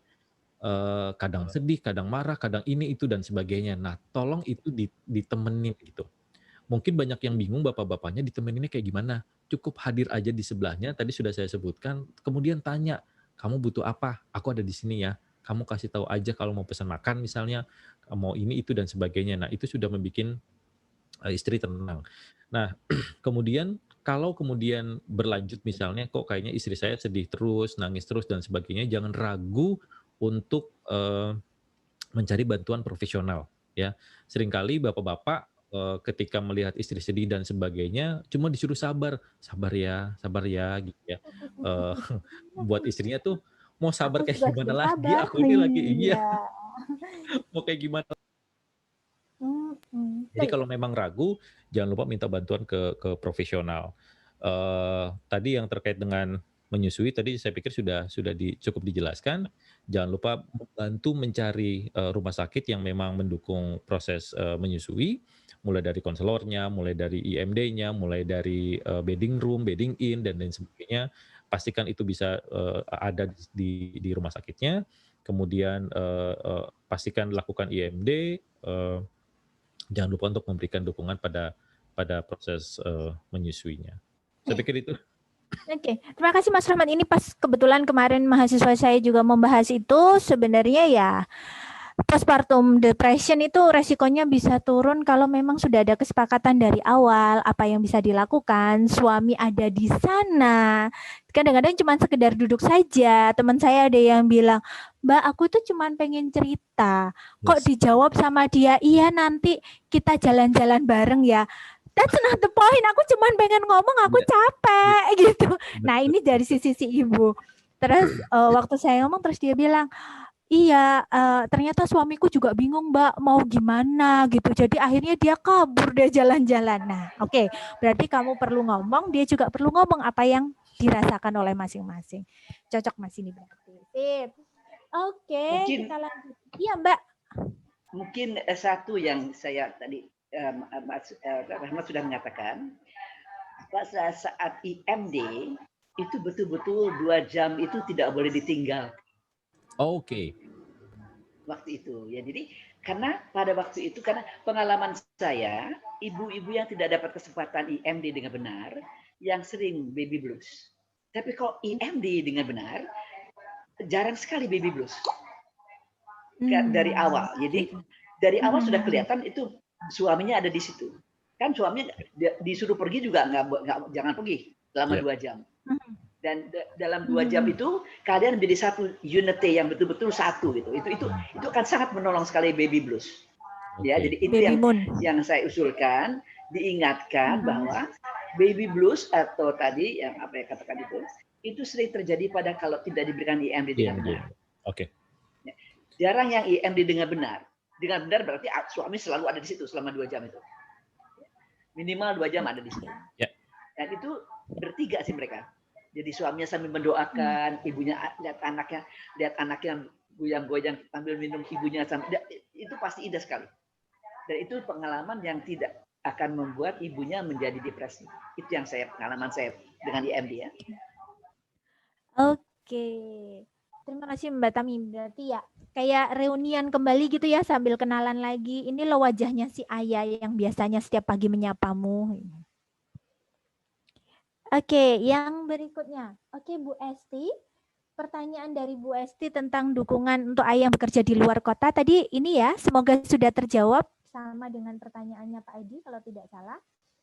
Nah, ini ada Ibu Mutiara mau bertanya, bagaimana cara memberitahu suami agar membantu dukungan dalam ASI atau menyusui, baik dalam bentuk pijatan, makanan, dan pil pelancar ASI. Kayaknya tadi sudah sempat disampaikan. Boleh sih Mas Rahmat ini lagi di.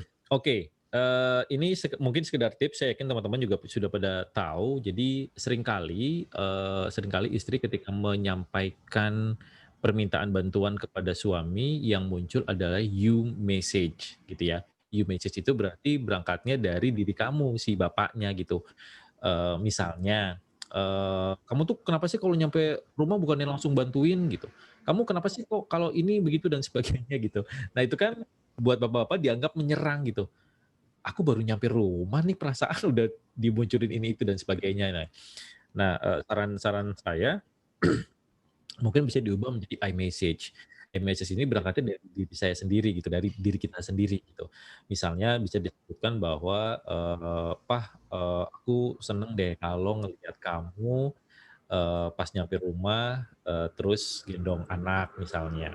"Pah, aku seneng deh kalau ngelihat kamu, bantuin aku cuci piring. Pah, besok mau nggak bantuin aku, pijitin, punggung aku pas lagi nenek misalnya tuh." Nah, jadi berangkatnya dari diri kita sendiri dulu gitu, minta bantuan harapannya ke dia, biar perasaan kita senang gitu. Jadi dia tahu, "Oh kalau aku begini, dia seneng kok," gitu. "Oh kalau aku begini itu," dan sebagainya. Jadi, eee, belajar untuk mengungkapkan perasaan yang kita mau. Saya yakin buat teman-teman perempuan seringkali agak susah karena pengennya dimengerti oleh si bapak-bapaknya. "Kenapa sih harus dikasih tahu? Udah tahu capek bolak-balik dari jemuran ke cucian, emang nggak ngelihat apa aku capek?" Gitu ya. Nggak kelihatan emang buat bapak-bapak. Jadi Nah, saya pikir itu, eee, mungkin bisa ya, dipraktekkan iMessage tadi. oke. Terima kasih Mas Rahmat. Itu mungkin karena yang tadi ceritanya Mas Rahmat dibesarkannya bukan untuk melihat itu, dibesarkannya bukan untuk melihat Betul susahnya, betul betul. bahwa orang lain itu lelah sebenarnya. Melihatnya adalah bahwa itu tugasnya dia gitu. Exactly, Nah, betul. jadinya ya nggak tahu Ya yang ya ya. dirasakan. Oke, kayaknya ini Mas kalian nyambung sebenarnya. Selamat pagi dari Ibu Rahayu Widaryanti. Bagaimana cara menumbuhkan kesadaran ayah untuk menjadi support system pada ibu menyusui? Karena pengalaman saya sangat susah sekali mengajak suami untuk ikut seminar atau kelas parenting tentang peran ayah terhadap menyusui. Tadi kayaknya sudah sempat disebutkan sebagian sih sama Mas Rahmat alasannya. Iya, jadi mungkin ini, saya kasih tahu ke teman-teman, mungkin ke ibu-ibu kebanyakan, jangan memiliki harapan untuk bapaknya tiba-tiba jadi sadar, ya.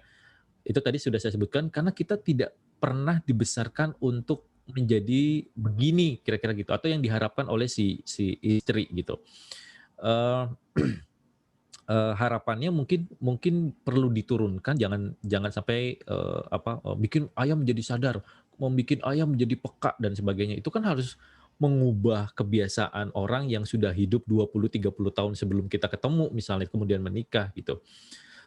Jadi harapannya mungkin sekedar untuk, me me me me me apa namanya, membagi tugas yang ada di rumah dulu gitu, perbaiki dulu pola komunikasinya. Karena seringkali komunikasi ini, dianggap mudah, tapi tidak dilakukan karena juga menurut beberapa orang susah dilakukannya gitu. Banyak pasangan yang tidak nyaman ngobrol tatap muka, tapi kemudian nyaman dengan, lewat, chatting atau lewat SMS gitu. Saya sering kasih saran, ya kalian bikin grup WA aja berdua gitu loh, biar lebih enak komunikasinya gitu. Banyak yang, "Ih, masa sih bikin grup berdua?" Loh, faktanya teman-teman itu pada Senin sampai Jumat seringkali komunikasinya justru lewat WA dibanding dengan telepon. Ayahnya kerja, ibunya di rumah, cerita deh tuh lewat WA. Pas ketemu nggak ngobrol, yang ngobrol cuma hahi doang, ngomongin tugas, ngomongin piring, ngomongin ini itu dan sebagainya, tapi nggak pernah ngobrol dari hati ke hati. Kalau memang sulit, ngomonglah, lewat teks itu, ya. Poin sorry, poin komunikasi itu kan yang penting pesannya sampai. Metodenya kayak gimana terserah, nggak apa-apa, yang penting pesannya sampai. Saya sama istri pada waktu awal juga belum terbiasa berkomunikasi, kita kirim-kiriman email. Beneran kiriman email. Wah, istri saya kalau cerita panjang lebar dan sebagainya gitu, balasan saya cuma, "Oke, terima kasih," cuma gitu doang ya, bikin kesel.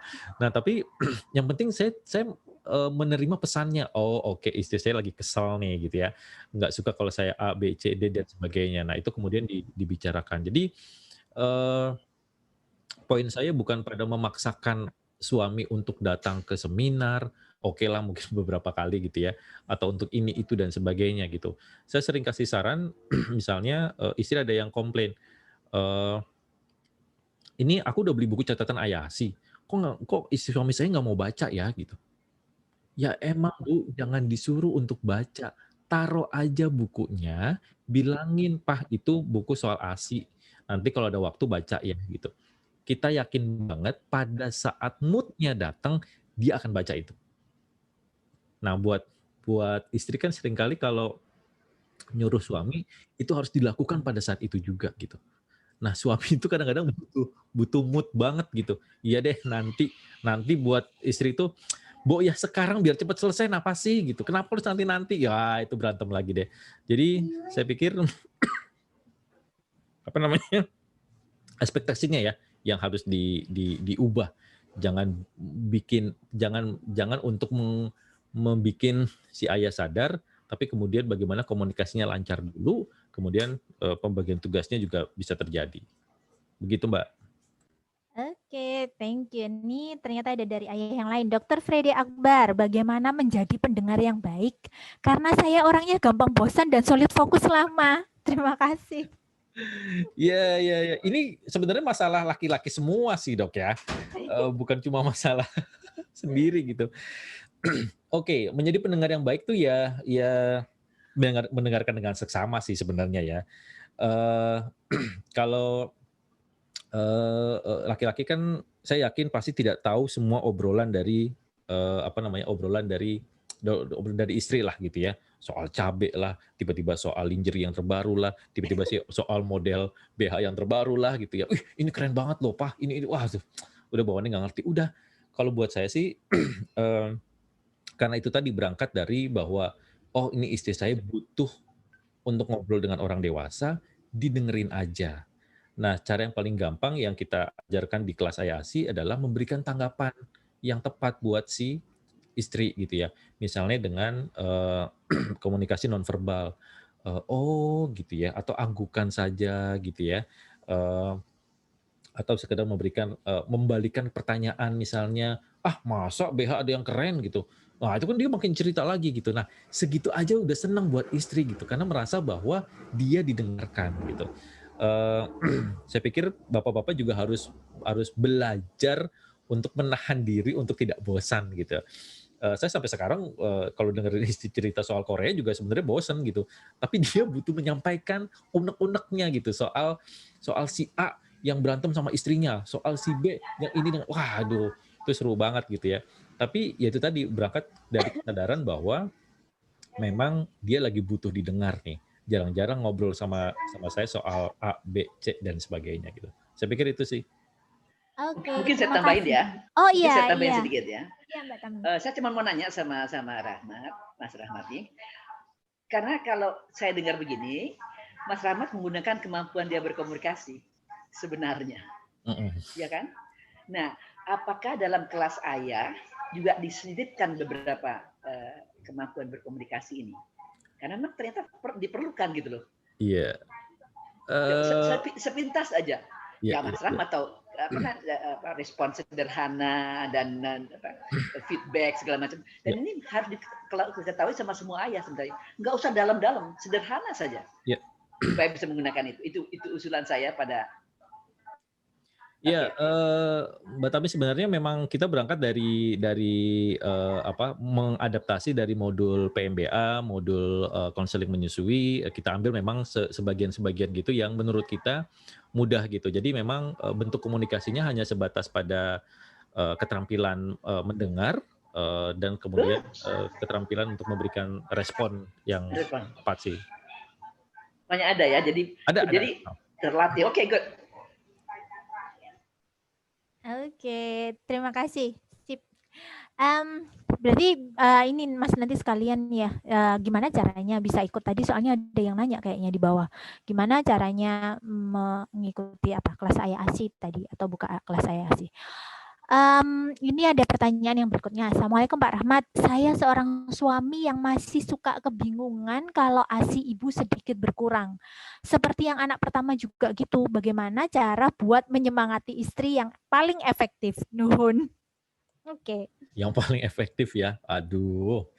Oke, yang pertama begini, ASI kurang ini kita perlu melihat dulu, apa namanya, kondisi realnya gitu ya. ASI kurang seringkali kita melihatnya hanya dari hasil perah. Sementara kita tahu bahwa hasil perah itu tidak mengindikasikan produksi ASI.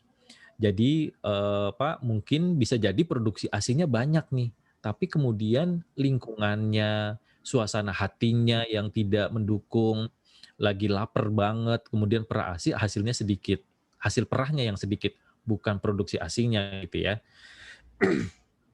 Jadi, saya pikir ini perlu dipahami dulu biar tidak merasa bahwa kok ASI di payudaranya sedikit. Enggak, bukan itu.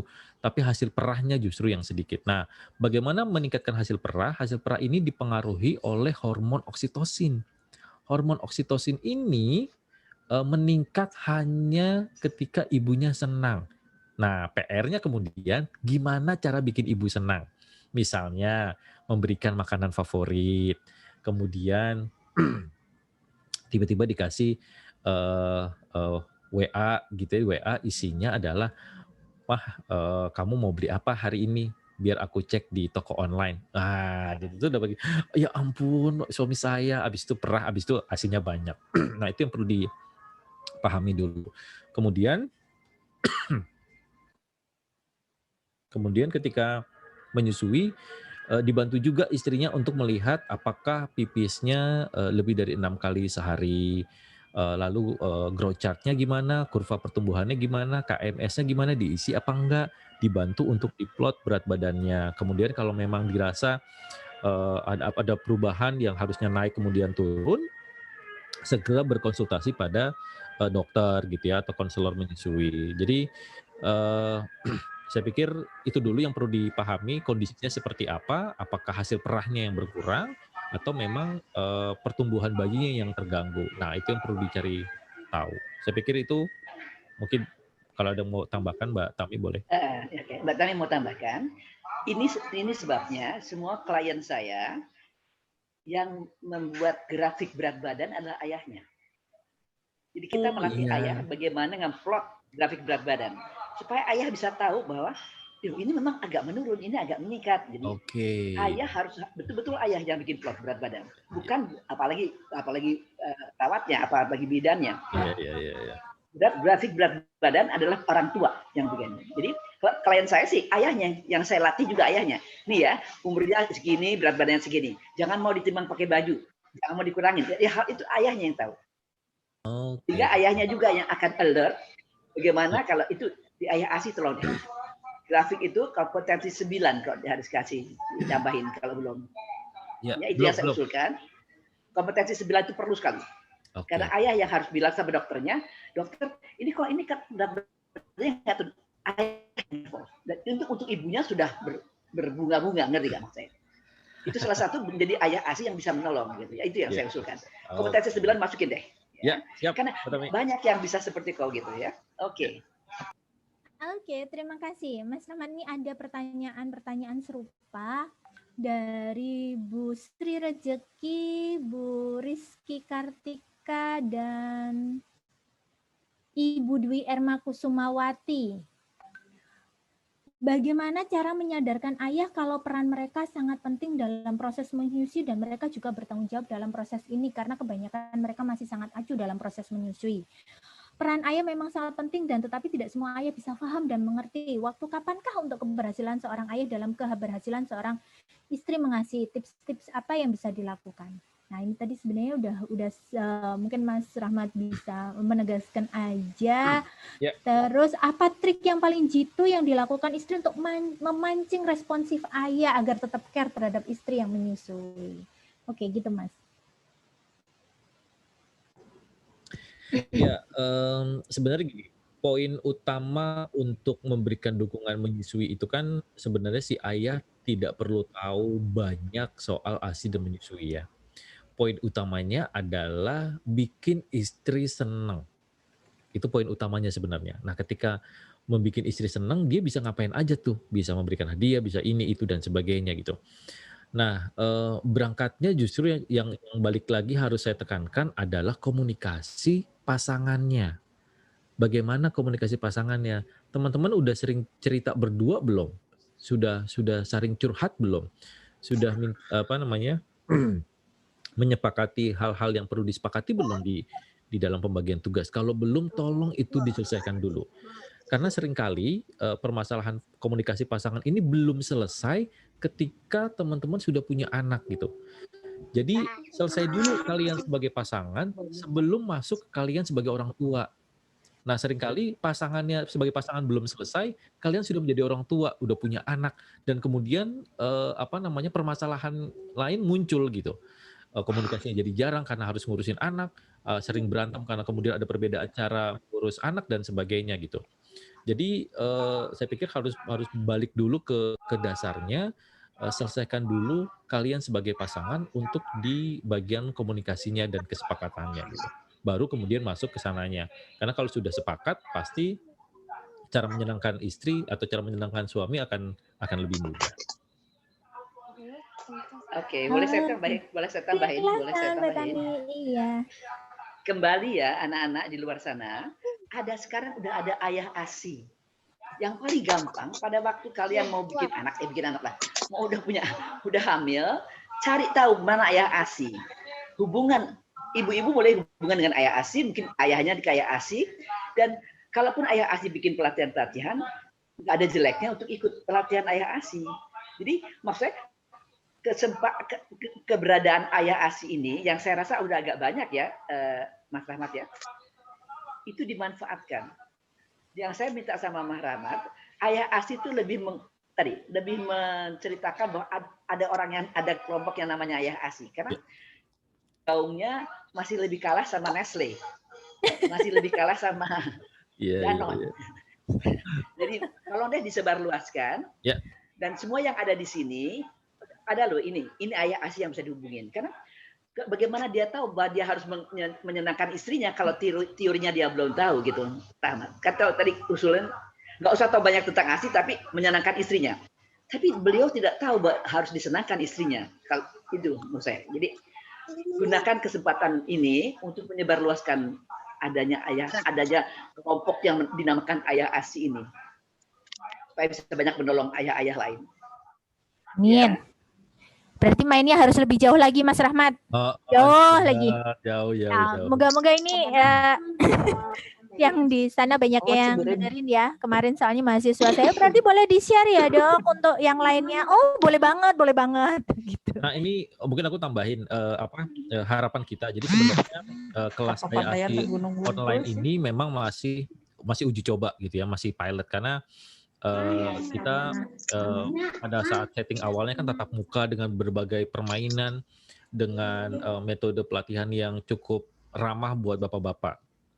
Nah, online ini memang baru, jadi baru kita lakukan 2 batch, ini masih dalam pertengahan batch kedua, nanti batch ketiga akan kita buka di akhir Desember. Jadi teman-teman tolong pantau aja Instagramnya AYAASI @id_AYAASI. Itu kita coba harapannya kalau memang ini berhasil atau paling tidak lancar, tahun depan kita akan mulai memperbanyak kelas AYAASI online gitu, biar teman-teman bisa lebih banyak ikut. Sip. Nah ini masih ada pertanyaan lagi dari Bu Adiba, sekaligus dari siapa tadi ya di atas ini yang terkait dengan sebentar ya.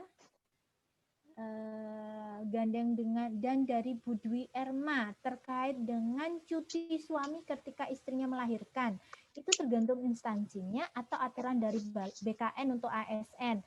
Karena kalau yang dilihat oleh Bu Adiba itu kampanye kesadaran peran ayah dalam proses hamil hingga mengasuh itu seperti apa, karena masih banyak yang belum paham mengenai peran ayah. Di Vaskes juga tidak ada kampanye ini. Karena ada juga ini sekalian dari Bu Dwi Erma, karena ada Vaskes bagaimana mendampingi suami saat melahirkan agar sukses IMD. Mana katanya sekarang karena pandemik ada vaskes yang tidak memperbolehkan suami mendampingi istri melahirkan. Dan iya, ini kemarin juga diangkat oleh salah satu peserta kami waktu webinar, bahkan ANC aja suaminya nggak boleh ikut sekarang. Gimana Mas Rahmat? Mungkin pernah dapat cerita cutinya gimana, terus yang di vaskes seperti apa? Ya, aku mungkin yang vaskes belum banyak informasi ya. Mungkin nanti Mbak Tami atau teman-teman yang lain bisa menambahkan, apalagi terkait pandemi ini. Harapan saya sih, kalau saya kemarin nemenin istri ke dokter kandungan untuk periksa alat kontrasepsi, saya masih bisa melihat suami-suami nemenin istrinya gitu ya. Jadi saya harap sih tetap bisa ditemenin begitu. Terkait cuti, yang saya tahu memang diatur di pemerintah pusat, termasuk di pemerintah daerah. Yang saya tahu di Jakarta misalnya contohnya ada kebijakan di ASN untuk bisa cuti kalau saya nggak salah 2 minggu di Jakarta, tapi nggak di tempat lain. Kemudian di beberapa BUMN juga memiliki aturan tersendiri, ada beberapa yang panjang, yang saya tahu di Kementerian Keuangan misalnya cutinya juga agak lumayan panjang untuk suami menemani istri melahirkan. Memang ini balik lagi ke kebijakan di setiap instansi sih ya, dan lagi-lagi kita tetap mendorong buat teman-teman yang mungkin dekat dengan penentu kebijakan bisa didorong agar ayah juga bisa memberikan dukungannya dengan cuti yang agak lebih panjang menemani istri di rumah. Saya pikir itu kalau untuk yang vaskes saya belum banyak informasinya, Mbak Santi. Oke, Mbak Tami mungkin. Ya, saya rasa memang maksudnya sebenarnya kita sekarang menghindari banyak ketemu orang dokternya, ya. Tetapi yang tidak boleh, kalau dulu misalnya saya, dulu ada babysitternya, ada neneknya, ada kakeknya, ada tantenya, ada bapaknya itu. Sekarang sangat dibatasin. Tapi ayah itu harus ikut karena ayah sama ibu satu menyusui itu proses bertiga. Jadi ayahnya harus ikut. Ya. Walaupun sekarang sih jaraknya jauh-jauhan. Jadi jaraknya jauh-jauhan, tetapi ayah harus tetap ikut. IMD nggak bisa. Sekarang IMD boleh kalau IDAI dan Kemenkes membolehkan pada yang normal jelas ya. Tapi ada yang OTG tadi dibilang yang tidak ada gejala atau gejala ringan, IDAI masih iakan seperti tadi dikatakan sama Mas Ahmad, tergantung pembicaraan orang tuanya. Jadi orang tuanya dikasih tahu apa bagusnya IMD, apa gunanya IMD. Karena kalau WHO sama UNICEF seperti tadi dikatakan Mas Rahmat, memang dari awal pandemi orang mau COVID kan nggak COVID ke ibunya tetap dikerjakan IMD dan menyusui. Tapi di Indonesia ini Kemenkes sama IDAI mengambil keputusan kalau memang positif dan berat memang tidak IMD, tidak rawat gabung, hanya ASI pernah diberikan. Jangan dibuang ASI-nya, ASI pernah. Nah kalau ringan sama tidak ada gejala, biasanya berdiskusi. Ini keuntungan IMD, ini kerugiannya kalau tidak di IMD, ini kemungkinan karena kemungkinan bayi tertular COVID-19 itu jarang sekali. Dan dalam ASI tidak ditemukan virus COVID-19. Makanya masih boleh positif tapi tidak ada gejala atau gejala ringan masih boleh.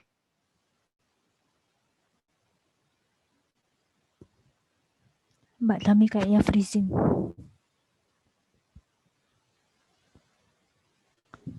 Ya, Dokter Utami. Iya, kayaknya nge-freeze. Iya. Oke, itu sudah kembali. Mbak Tami tadi nge-freeze. Oh iya. Iya. Memang ini ngaco sih memang ini internetnya dan Eli. Sekali lagi, tidak benar kalau vaskes tidak membolehkan ibu ayah itu ikut pada normal delivery. Mungkin ya, Mbak, perlu diklarifikasi mungkin ya. Ya. Oke, karena ini Kemenkes sudah membuat SOP. Kementerian Kesehatan sudah ada SOP-nya. Iya, kemarin di webinar kami ada pertanyaan seperti itu, kita bingung-bingung kok nggak boleh masuk ayahnya, kenapa gitu. Oke, terima kasih Mas Rahmat. Kita masih ada waktu, masih ada lagi pertanyaan. Banyak yang semangat nih. Nah, Nih pertanyaan nih dari Ibu. Apa saja sikap dari istri yang menurut suami bisa saja membuat suami menjadi enggan untuk care terhadap istrinya? Iya, Kak Mas? Dari Mbak Dwi Erma. Sikap istri Langsung yang, tarik nafas yang ditanya. Oke. sikap istri yang enggan ya. Sikap dari istri yang membuat suami bisa saja membuat suaminya menjadi enggan untuk care terhadap Oh, oke, istrinya. oke. Ya, jadi kemarin kita sempat tanya juga beberapa pertanyaan di Instagram Ayasi.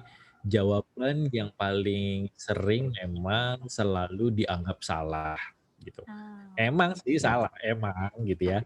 Tapi apa namanya, alangkah bijaknya jika diucapkan terima kasih dulu misalnya gitu ya.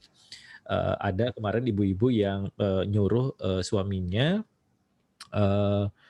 saya lupa beli beli pembalut misalnya, titip beli pembalut gitu. Kemudian dikomplain karena salah ukuran gitu. Suaminya baru tahu, "Loh saya nggak tahu kalau pembalut itu beda ukuran, ada 30 senti, ada 35." Ada 29, ada Iya, 23, ada yang buat dia tipis, ada yang tebal. buat dia kan ngelihatnya, oh warnanya, ungu misalnya warnanya ungu mereknya sama, oke ambil aja langsung yang kelihatan di mata gitu, ternyata nggak ngecek ada ukurannya, dia pikir sama semua. Nah, untuk yang begini ya jangan dimarahin dulu gitu ya. Maksudnya tetap dibilang terima kasih ya Pak udah bantuin. Besok-besok nih jangan lupa nih ada ukurannya loh ternyata. Kemudian yang kedua, cara menyuruhnya tadi ya. Cara menyuruhnya jangan terkesan menyuruh apa namanya? Dikomunikasikan dengan baik-baik tadi. Lalu yang ketiga, kalau memang minta bantuan seketika, jangan berharap bapak-bapak untuk lakukannya cepat juga gitu. Karena ada perbedaan ukuran atau indikator urgent gitu ya. Misalnya apa ya, misalnya beresin apa deh gitu.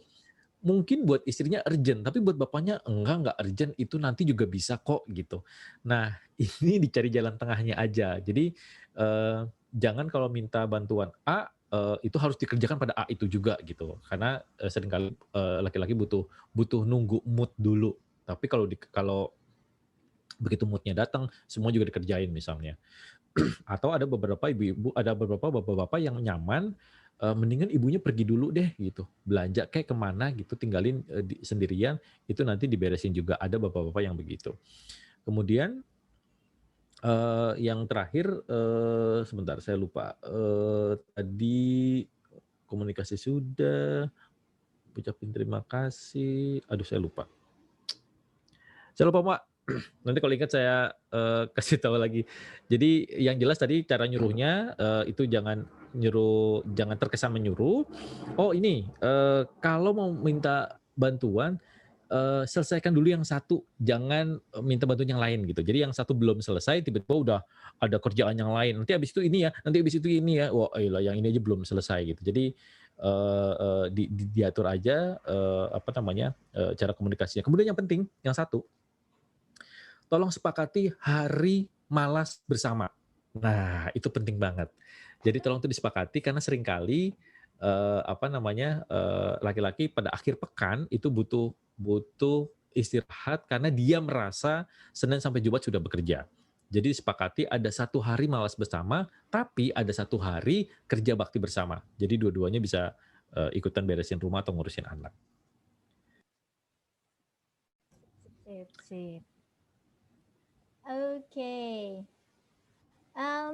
Nah, ini tadi ada pertanyaan dari Bu Yanti Sarumpait. Gimana caranya merubah budaya yang menganggap kalau urus bayi adalah tanggung jawab istri dan suami jadinya merasa mengurus bayi atau anak bukan tanggung jawabnya. Gimana? Merubah budaya nih. Budaya ini PR bersama sekali nih ya. Budaya ini tidak bisa diselesaikan seketika soalnya ya. Tapi mungkin pesan saya adalah budaya ini bisa kita rubah dari unit terkecil di masyarakat yaitu keluarga. Jadi mulai sejak dini diajarkan kepada anak-anak kita untuk tidak membagi-bagi mana pekerjaan perempuan, mana pekerjaan laki-laki gitu misalnya. Anak saya misalnya dari sejak dini sudah diajarkan untuk membantu cara melipat kaos kakinya sendiri gitu ya, cara menyusun kaos kaki dan sebagainya. Harapannya tentu pada saatnya nanti dia sudah bisa tahu bahwa pekerjaan ini bukan laki-laki atau perempuan kok, dari kecil juga saya melakukannya gitu. Atau ketika sehabis makan ya dia nyuci piring sendiri, naruh ke dapur sendiri, karena itu urusannya dia sendiri gitu. Nah, harapannya tentu kita berharap pada saatnya nanti, pada besarnya nanti dia merasa itu bukan tugas istrinya gitu. Itu memang tugas saya karena saya yang makan, maka saya harus menyuci piringnya sendiri. Nah, jadi mungkin pesan saya itu harapannya ketika lebih banyak keluarga yang kemudian melakukan ini, ya budaya akan berubah, dengan sendirinya gitu. Saya pikir itu Mbak Santi. Oke, sip. Dipotongnya dari lingkaran terdekat yang bisa kita jangkau gitu ya. Oke. Nah, ini 2 pertanyaan terakhir kebetulan sama ngomong tentang baby blues. Mbak Nita Liliana bertanya, kalau baby blues gimana cara ngatasinnya kalau baby bluesnya karena tekanan keluarga pihak suami. Nah, Pak Frederick Yuda nanyanya baby blues gimana cara ngatasinnya kalau dianya jauh dari istri dan anaknya.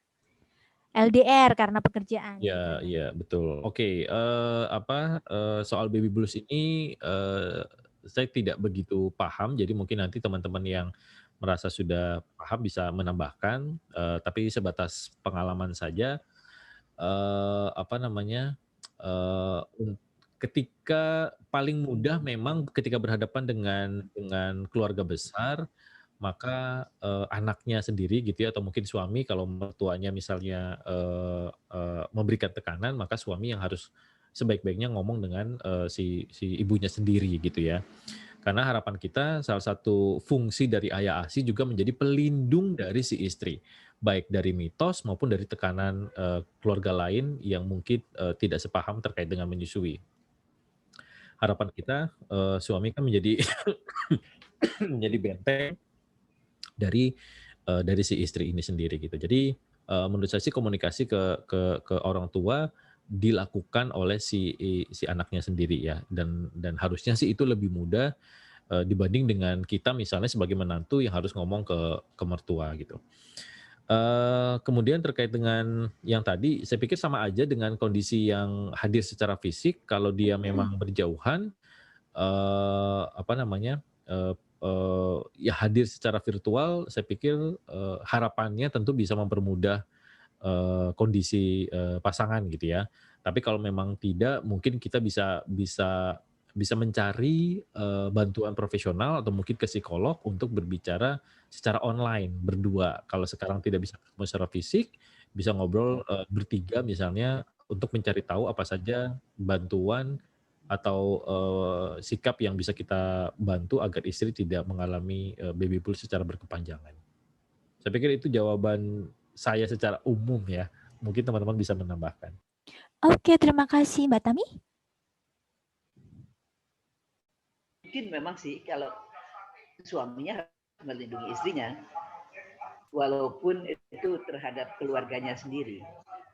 Tapi sebaliknya, jarang ada nenek yang mau cucunya jelek. Jadi kalau dia bikin menantunya agak gelisah mengakibatkan asinya kurang, berarti cucunya jelek kan? Ini yang bisa kita sebut, makanya yang saya ingin angkat lagi adalah tadi kelompok nenek-nenek pendukung ASI atau KENES, kelompok nenek ASI. Karena nenek-nenek di Indonesia itu perannya penting sekali loh. Satu saat nanti kita bikin yang benar.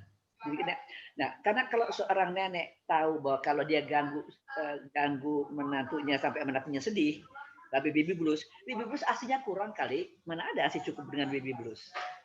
Ya, jadi mungkin kembali seperti tadi dari awal kalau bisa sih. Kalau saya biasanya kalau bicara awal tuh pakai e-konsultasi, nah itu neneknya bisa ikut kan di situ. Waktu hamil bisa dengar sekalian, neneknya diajak ikut, kakaknya diajak ikut gitu. Waktu konsultasi. Jadi sekali lagi diharapkan konsultasi menyusui waktu hamil, bukan waktu sudah melahirkan. Minimal 2 kali waktu hamil. Dan sekali lagi saya titip kalau bisa sih, kalau bisa sekali lagi kalau bisa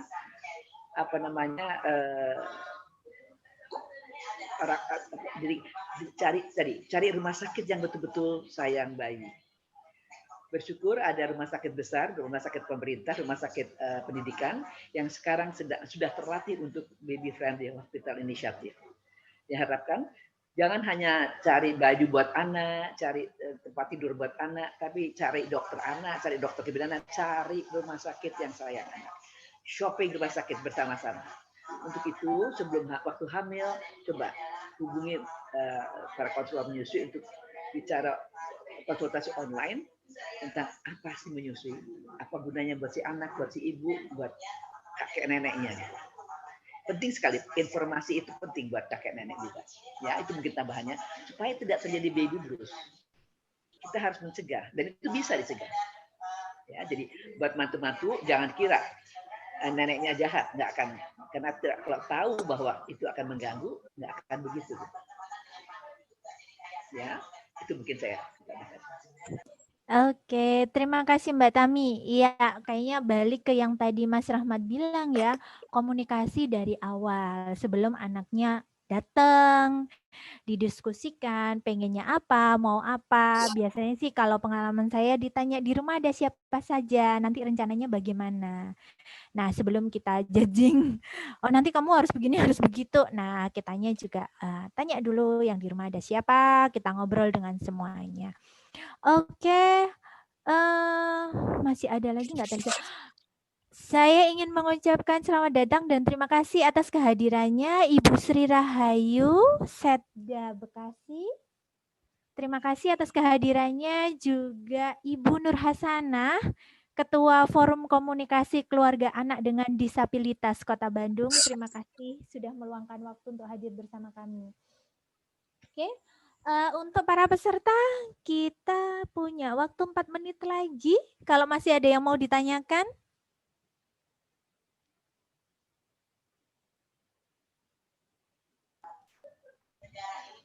Oke. Masih ada yang mau ditanyakan? Nah, nanti kalau ada yang masih mau ditanyakan, boleh kontak Mas Rahmat langsung ya, lewat Instagram atau lewat apa, Mas? Kalau mau konsultasi langsung berdua Instagram ya sebaiknya. boleh, lewat email juga boleh, bisa ke rahmat@ayahasi.org. rahmat@ayahasi.org. Oke, gitu. sebentar. Nanti dituliskan di chat box ya. Atau boleh juga pantau di Instagram Ayahasi, informasinya cukup banyak di situ. Oke, siap. Thank you. Teman-teman nanti materi tadi yang disampaikan oleh Mas Rahmat akan juga diupload. Saya belum cek apakah sudah diupload. Diupload di sini di chat box. Teman-teman bisa unduh dari sana. Oke, ada lagi. Tolong di chat deh. Tolong di chat dituliskan alamatnya Ayah Asi. Sudah ini. Sudah. Ya, okay. Sudah, Mbak. Dan mohon ditulis bagi yang tidak bagi yang ikut sekarang, tolong kasih teman-temannya bahwa ada kelompok Ayah Asi itu ada gitu. Oke, barangnya ada. Barangnya ada. Ya, oke, dan bisa ditanya gitu. Macam-macam, boleh tanya macam-macam. Tanya barengan sekalian neneknya juga boleh gitu ya, Mas Rahmat ya? Boleh sangat. Gitu. Mbak Farida, ini semoga tadi sudah kejawab ya terkait dengan adat, urusan rumah tangga, pemberian ASI itu urusan ibu. Nah, tadi Mas Rahmat sudah sempat jawab bahwa ya kita berangkat dari lingkaran terkecil keluarga kita didiskusikan. Oke.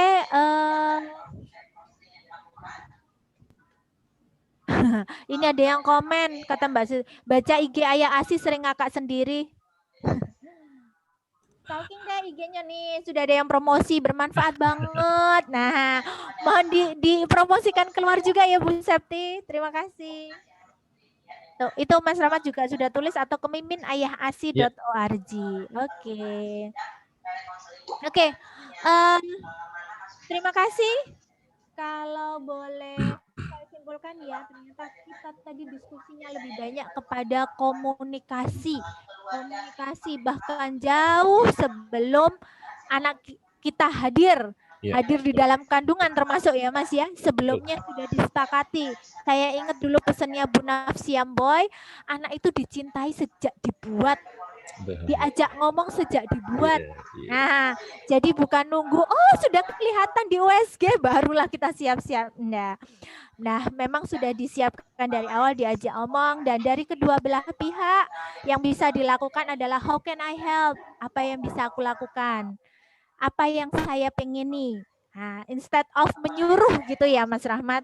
Nanti kalau tunggu juga, dan luangkan waktu untuk berdua. Wah, aku suka banget tuh yang itu tadi. Kalau sudah punya anak memang akhirnya semua fokus di anak gitu. Sampai lupa ini ada istrinya dan ada suaminya, individu yang lain. Bukan cuma sekedar anak ya. Memang anak punya berdua, tapi kan yang masing-masing tetap ada individu yang berdiri sendiri-sendiri. Terus tadi saya suka juga statement Mas Rahmat bilang main dengan anak, bukan cuman sekedar nemenin anak main. Ya, aduh, terima kasih yang itu. Itu biasanya bagian dari keseharian. Kalau ketemu anak itu mintanya main bareng, bukan cuman ditungguin terus saya di HP atau saya di pekerjaan, perlu komitmen masing-masing. Oke. Itu mungkin yang paling penting, sampaikan, hindari nunggu, komunikasikan. Komunikasi. Terima kasih Mbak Tami tadi di point out bahwa penting disisipkan di pelatihan how to communicate. Kepada ayah, kepada suami. Beda ya Mas ternyata ya. Ngomong kepada ayah sama ngomong kepada suami. Nah, ngomong dan kompetensi 9. Kompetensi 9 ya, Nan. Ya. Oke. Plotting berat badan. Betul. Kemarin itu, iya betul Mbak Tami. Kemarin itu klien saya ada, pokoknya apalagi nih kalau tenaga kesehatan, bayi ditimbang tiap hari. Akhirnya dua-duanya senewan. Oke, yuk kita plotting sendiri aja supaya tahu tanggal plottingnya. Seminggu sebelum tanggal lahir sudah diplotting, ya jelas dia berat badannya kurang. Oke, terima kasih kompetensi 9 dan kompetensi berkomunikasi, komunikasi nonverbal termasuk diantaranya. Pas jam 10.51, terima kasih untuk semuanya. Jangan lupa teman-teman peserta isi absensi dan feedback. Nanti materi akan diupload via chatbox, dan kita tunggu nanti akan ada sesi webinar berikutnya dalam rangka Hari Kesehatan Nasional. Terselenggara acara ini kerjasama antara Dinkes Kota Bandung, Selasi, dan Save the Children. Ini yang berikutnya, catat, save the date, Jumat 4 Desember 2020 di jam yang sama, 9 dan 11. Channelnya nanti mungkin ganti ya, atau katanya yang sudah pernah ikut juga channelnya sama ya.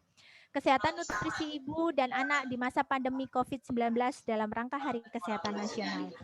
Oke, terima kasih untuk semua yang sudah hadir. Terima kasih kepada narasumber kita, Mas Rahmat, Mbak Tami, dan Ibu Sri Rahayu, Ibu Nur Hasanah, dan semua yang hadir hari ini. Terima kasih, semoga bermanfaat. Terima kasih Mbak Santi. Saya kembalikan. Mohon maaf. Good job.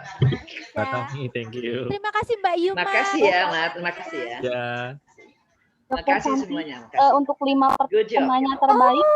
Betul, hampir ketinggalan. 5 penanya terbaik. Oh iya, betul. Nah, siapa nih yang mau mengumumkan?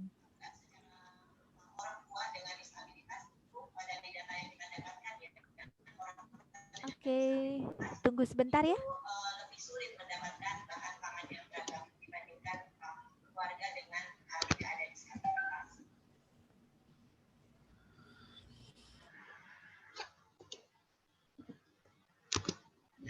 Mungkin Pak Rahmat juga bisa membantu memilih untuk pertanyaan terbaik. Oke, dari saya mungkin tadi yang Pak siapa tadi yang nanya soal ayah gamer. Oh, Pak Saifullah ya. Nah, ya kali ya. Saya lupa tadi namanya.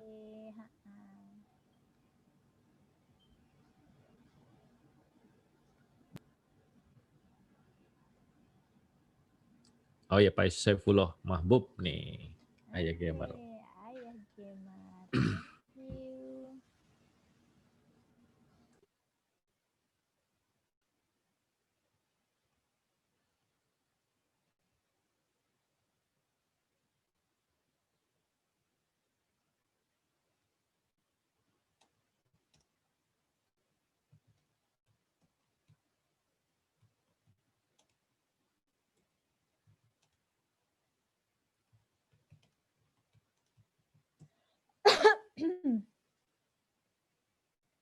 Yang berikutnya siapa ya, Teh Liza?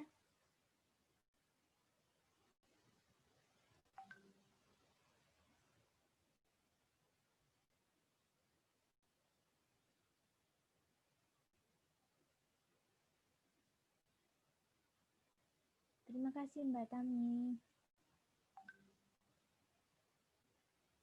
Oke. Saya langsung umumkan Teh Liza. Oh, kurang satu lagi ya. Bentar.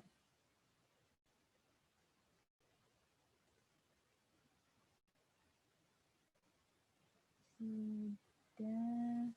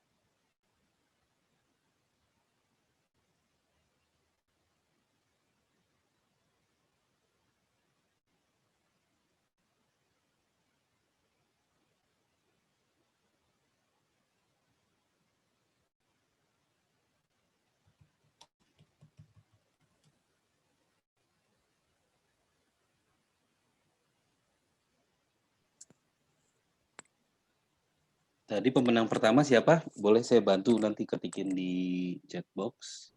Oke. Pak siapa? Saifullah. Saifullah. Pak Saifullah. Yang kedua? Yang kedua Dokter Edi Suhedi. Bukan yang Dokter Frede. Sama Frede. Frede ya? Freade. Oh yaudah, Telisa aja. Ha. Takut salah ketik aku. Bapak Ibu nanti yang namanya disebutkan, silakan tinggalkan nomor kontak di chat box untuk nanti dihubungi oleh panitia. Sebentar, kami sedang mengetikkan ya Bapak Ibu ya. Jadi kita lihat siapa yang nanti terpilih. Dan mungkin mengingatkan lagi kembali Bapak Ibu semua bahwa di rangkaian terakhir webinar kami hari Jumat itu akan temanya adalah cegah kekerasan berbasis gender di dalam lingkungan kerja. Webinar ini nantinya akan dibawakan oleh narasumber yang memang punya keahlian, punya pengalaman di bidang gender. Jamnya sama, jam 9 sampai jam 11. Rangkaiannya yang ini, Mas. Flyernya tadi kok beda ya?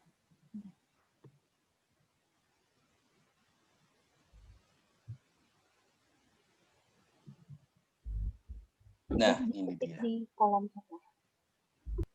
Oh iya. Oh iya, judulnya di situ. Oke.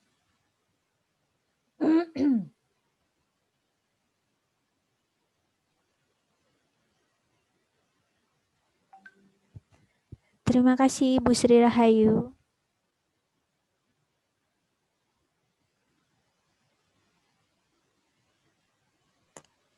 Ya, terima kasih banyak Bapak Ibu semua atas partisipasinya. Terima kasih banyak juga teman-teman dari Juru Bahasa Isyarat sudah membantu kami dalam proses webinar. Terima kasih Ibu Santi, terima kasih Pak Rahmat. Terima kasih. Terima kasih juga teman-teman Save the Children. Terima kasih Dokter Utami. Oh, Dokter Utami udah ini ya, udah live ya. Udah live. Dan terima kasih juga Bapak Ibu semua. Sampai ketemu lagi nanti di hari Jumat di webinar terakhir rangkaian webinar seri kesehatan nutrisi ibu dan anak di masa pandemi. Mantap. Sekali lagi terima kasih Mas Fajar. Pagi menjelang siang. Terima kasih Mas Fajar, Mbak Santi. Terima kasih Mas Rahmat, Mas Fajar, Teh Liza, Ya, Mbak Madam, Mbak Yuma. Oke. Mbak Firda, kayaknya Mbak Firda tadi ada di sini ya. Oke. Iya, Terima kasih. Ya. Silakan Oke, Bapak Ibu izin boleh melift dari room ini.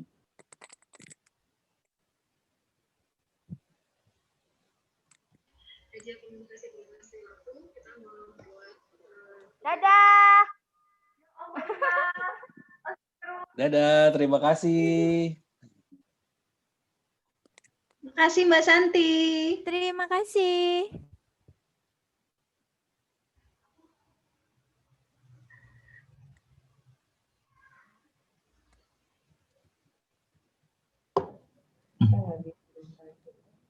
Terima kasih Bu Santi, Pak Rahmat Iya. Hidayat, dan Ibu Dr. Utami Rusli. Terima kasih sudah bergabung di webinar ini. Banyak ilmu dan manfaat yang saya peroleh. Terima kasih. Alhamdulillah, terima kasih. Terima kasih semuanya.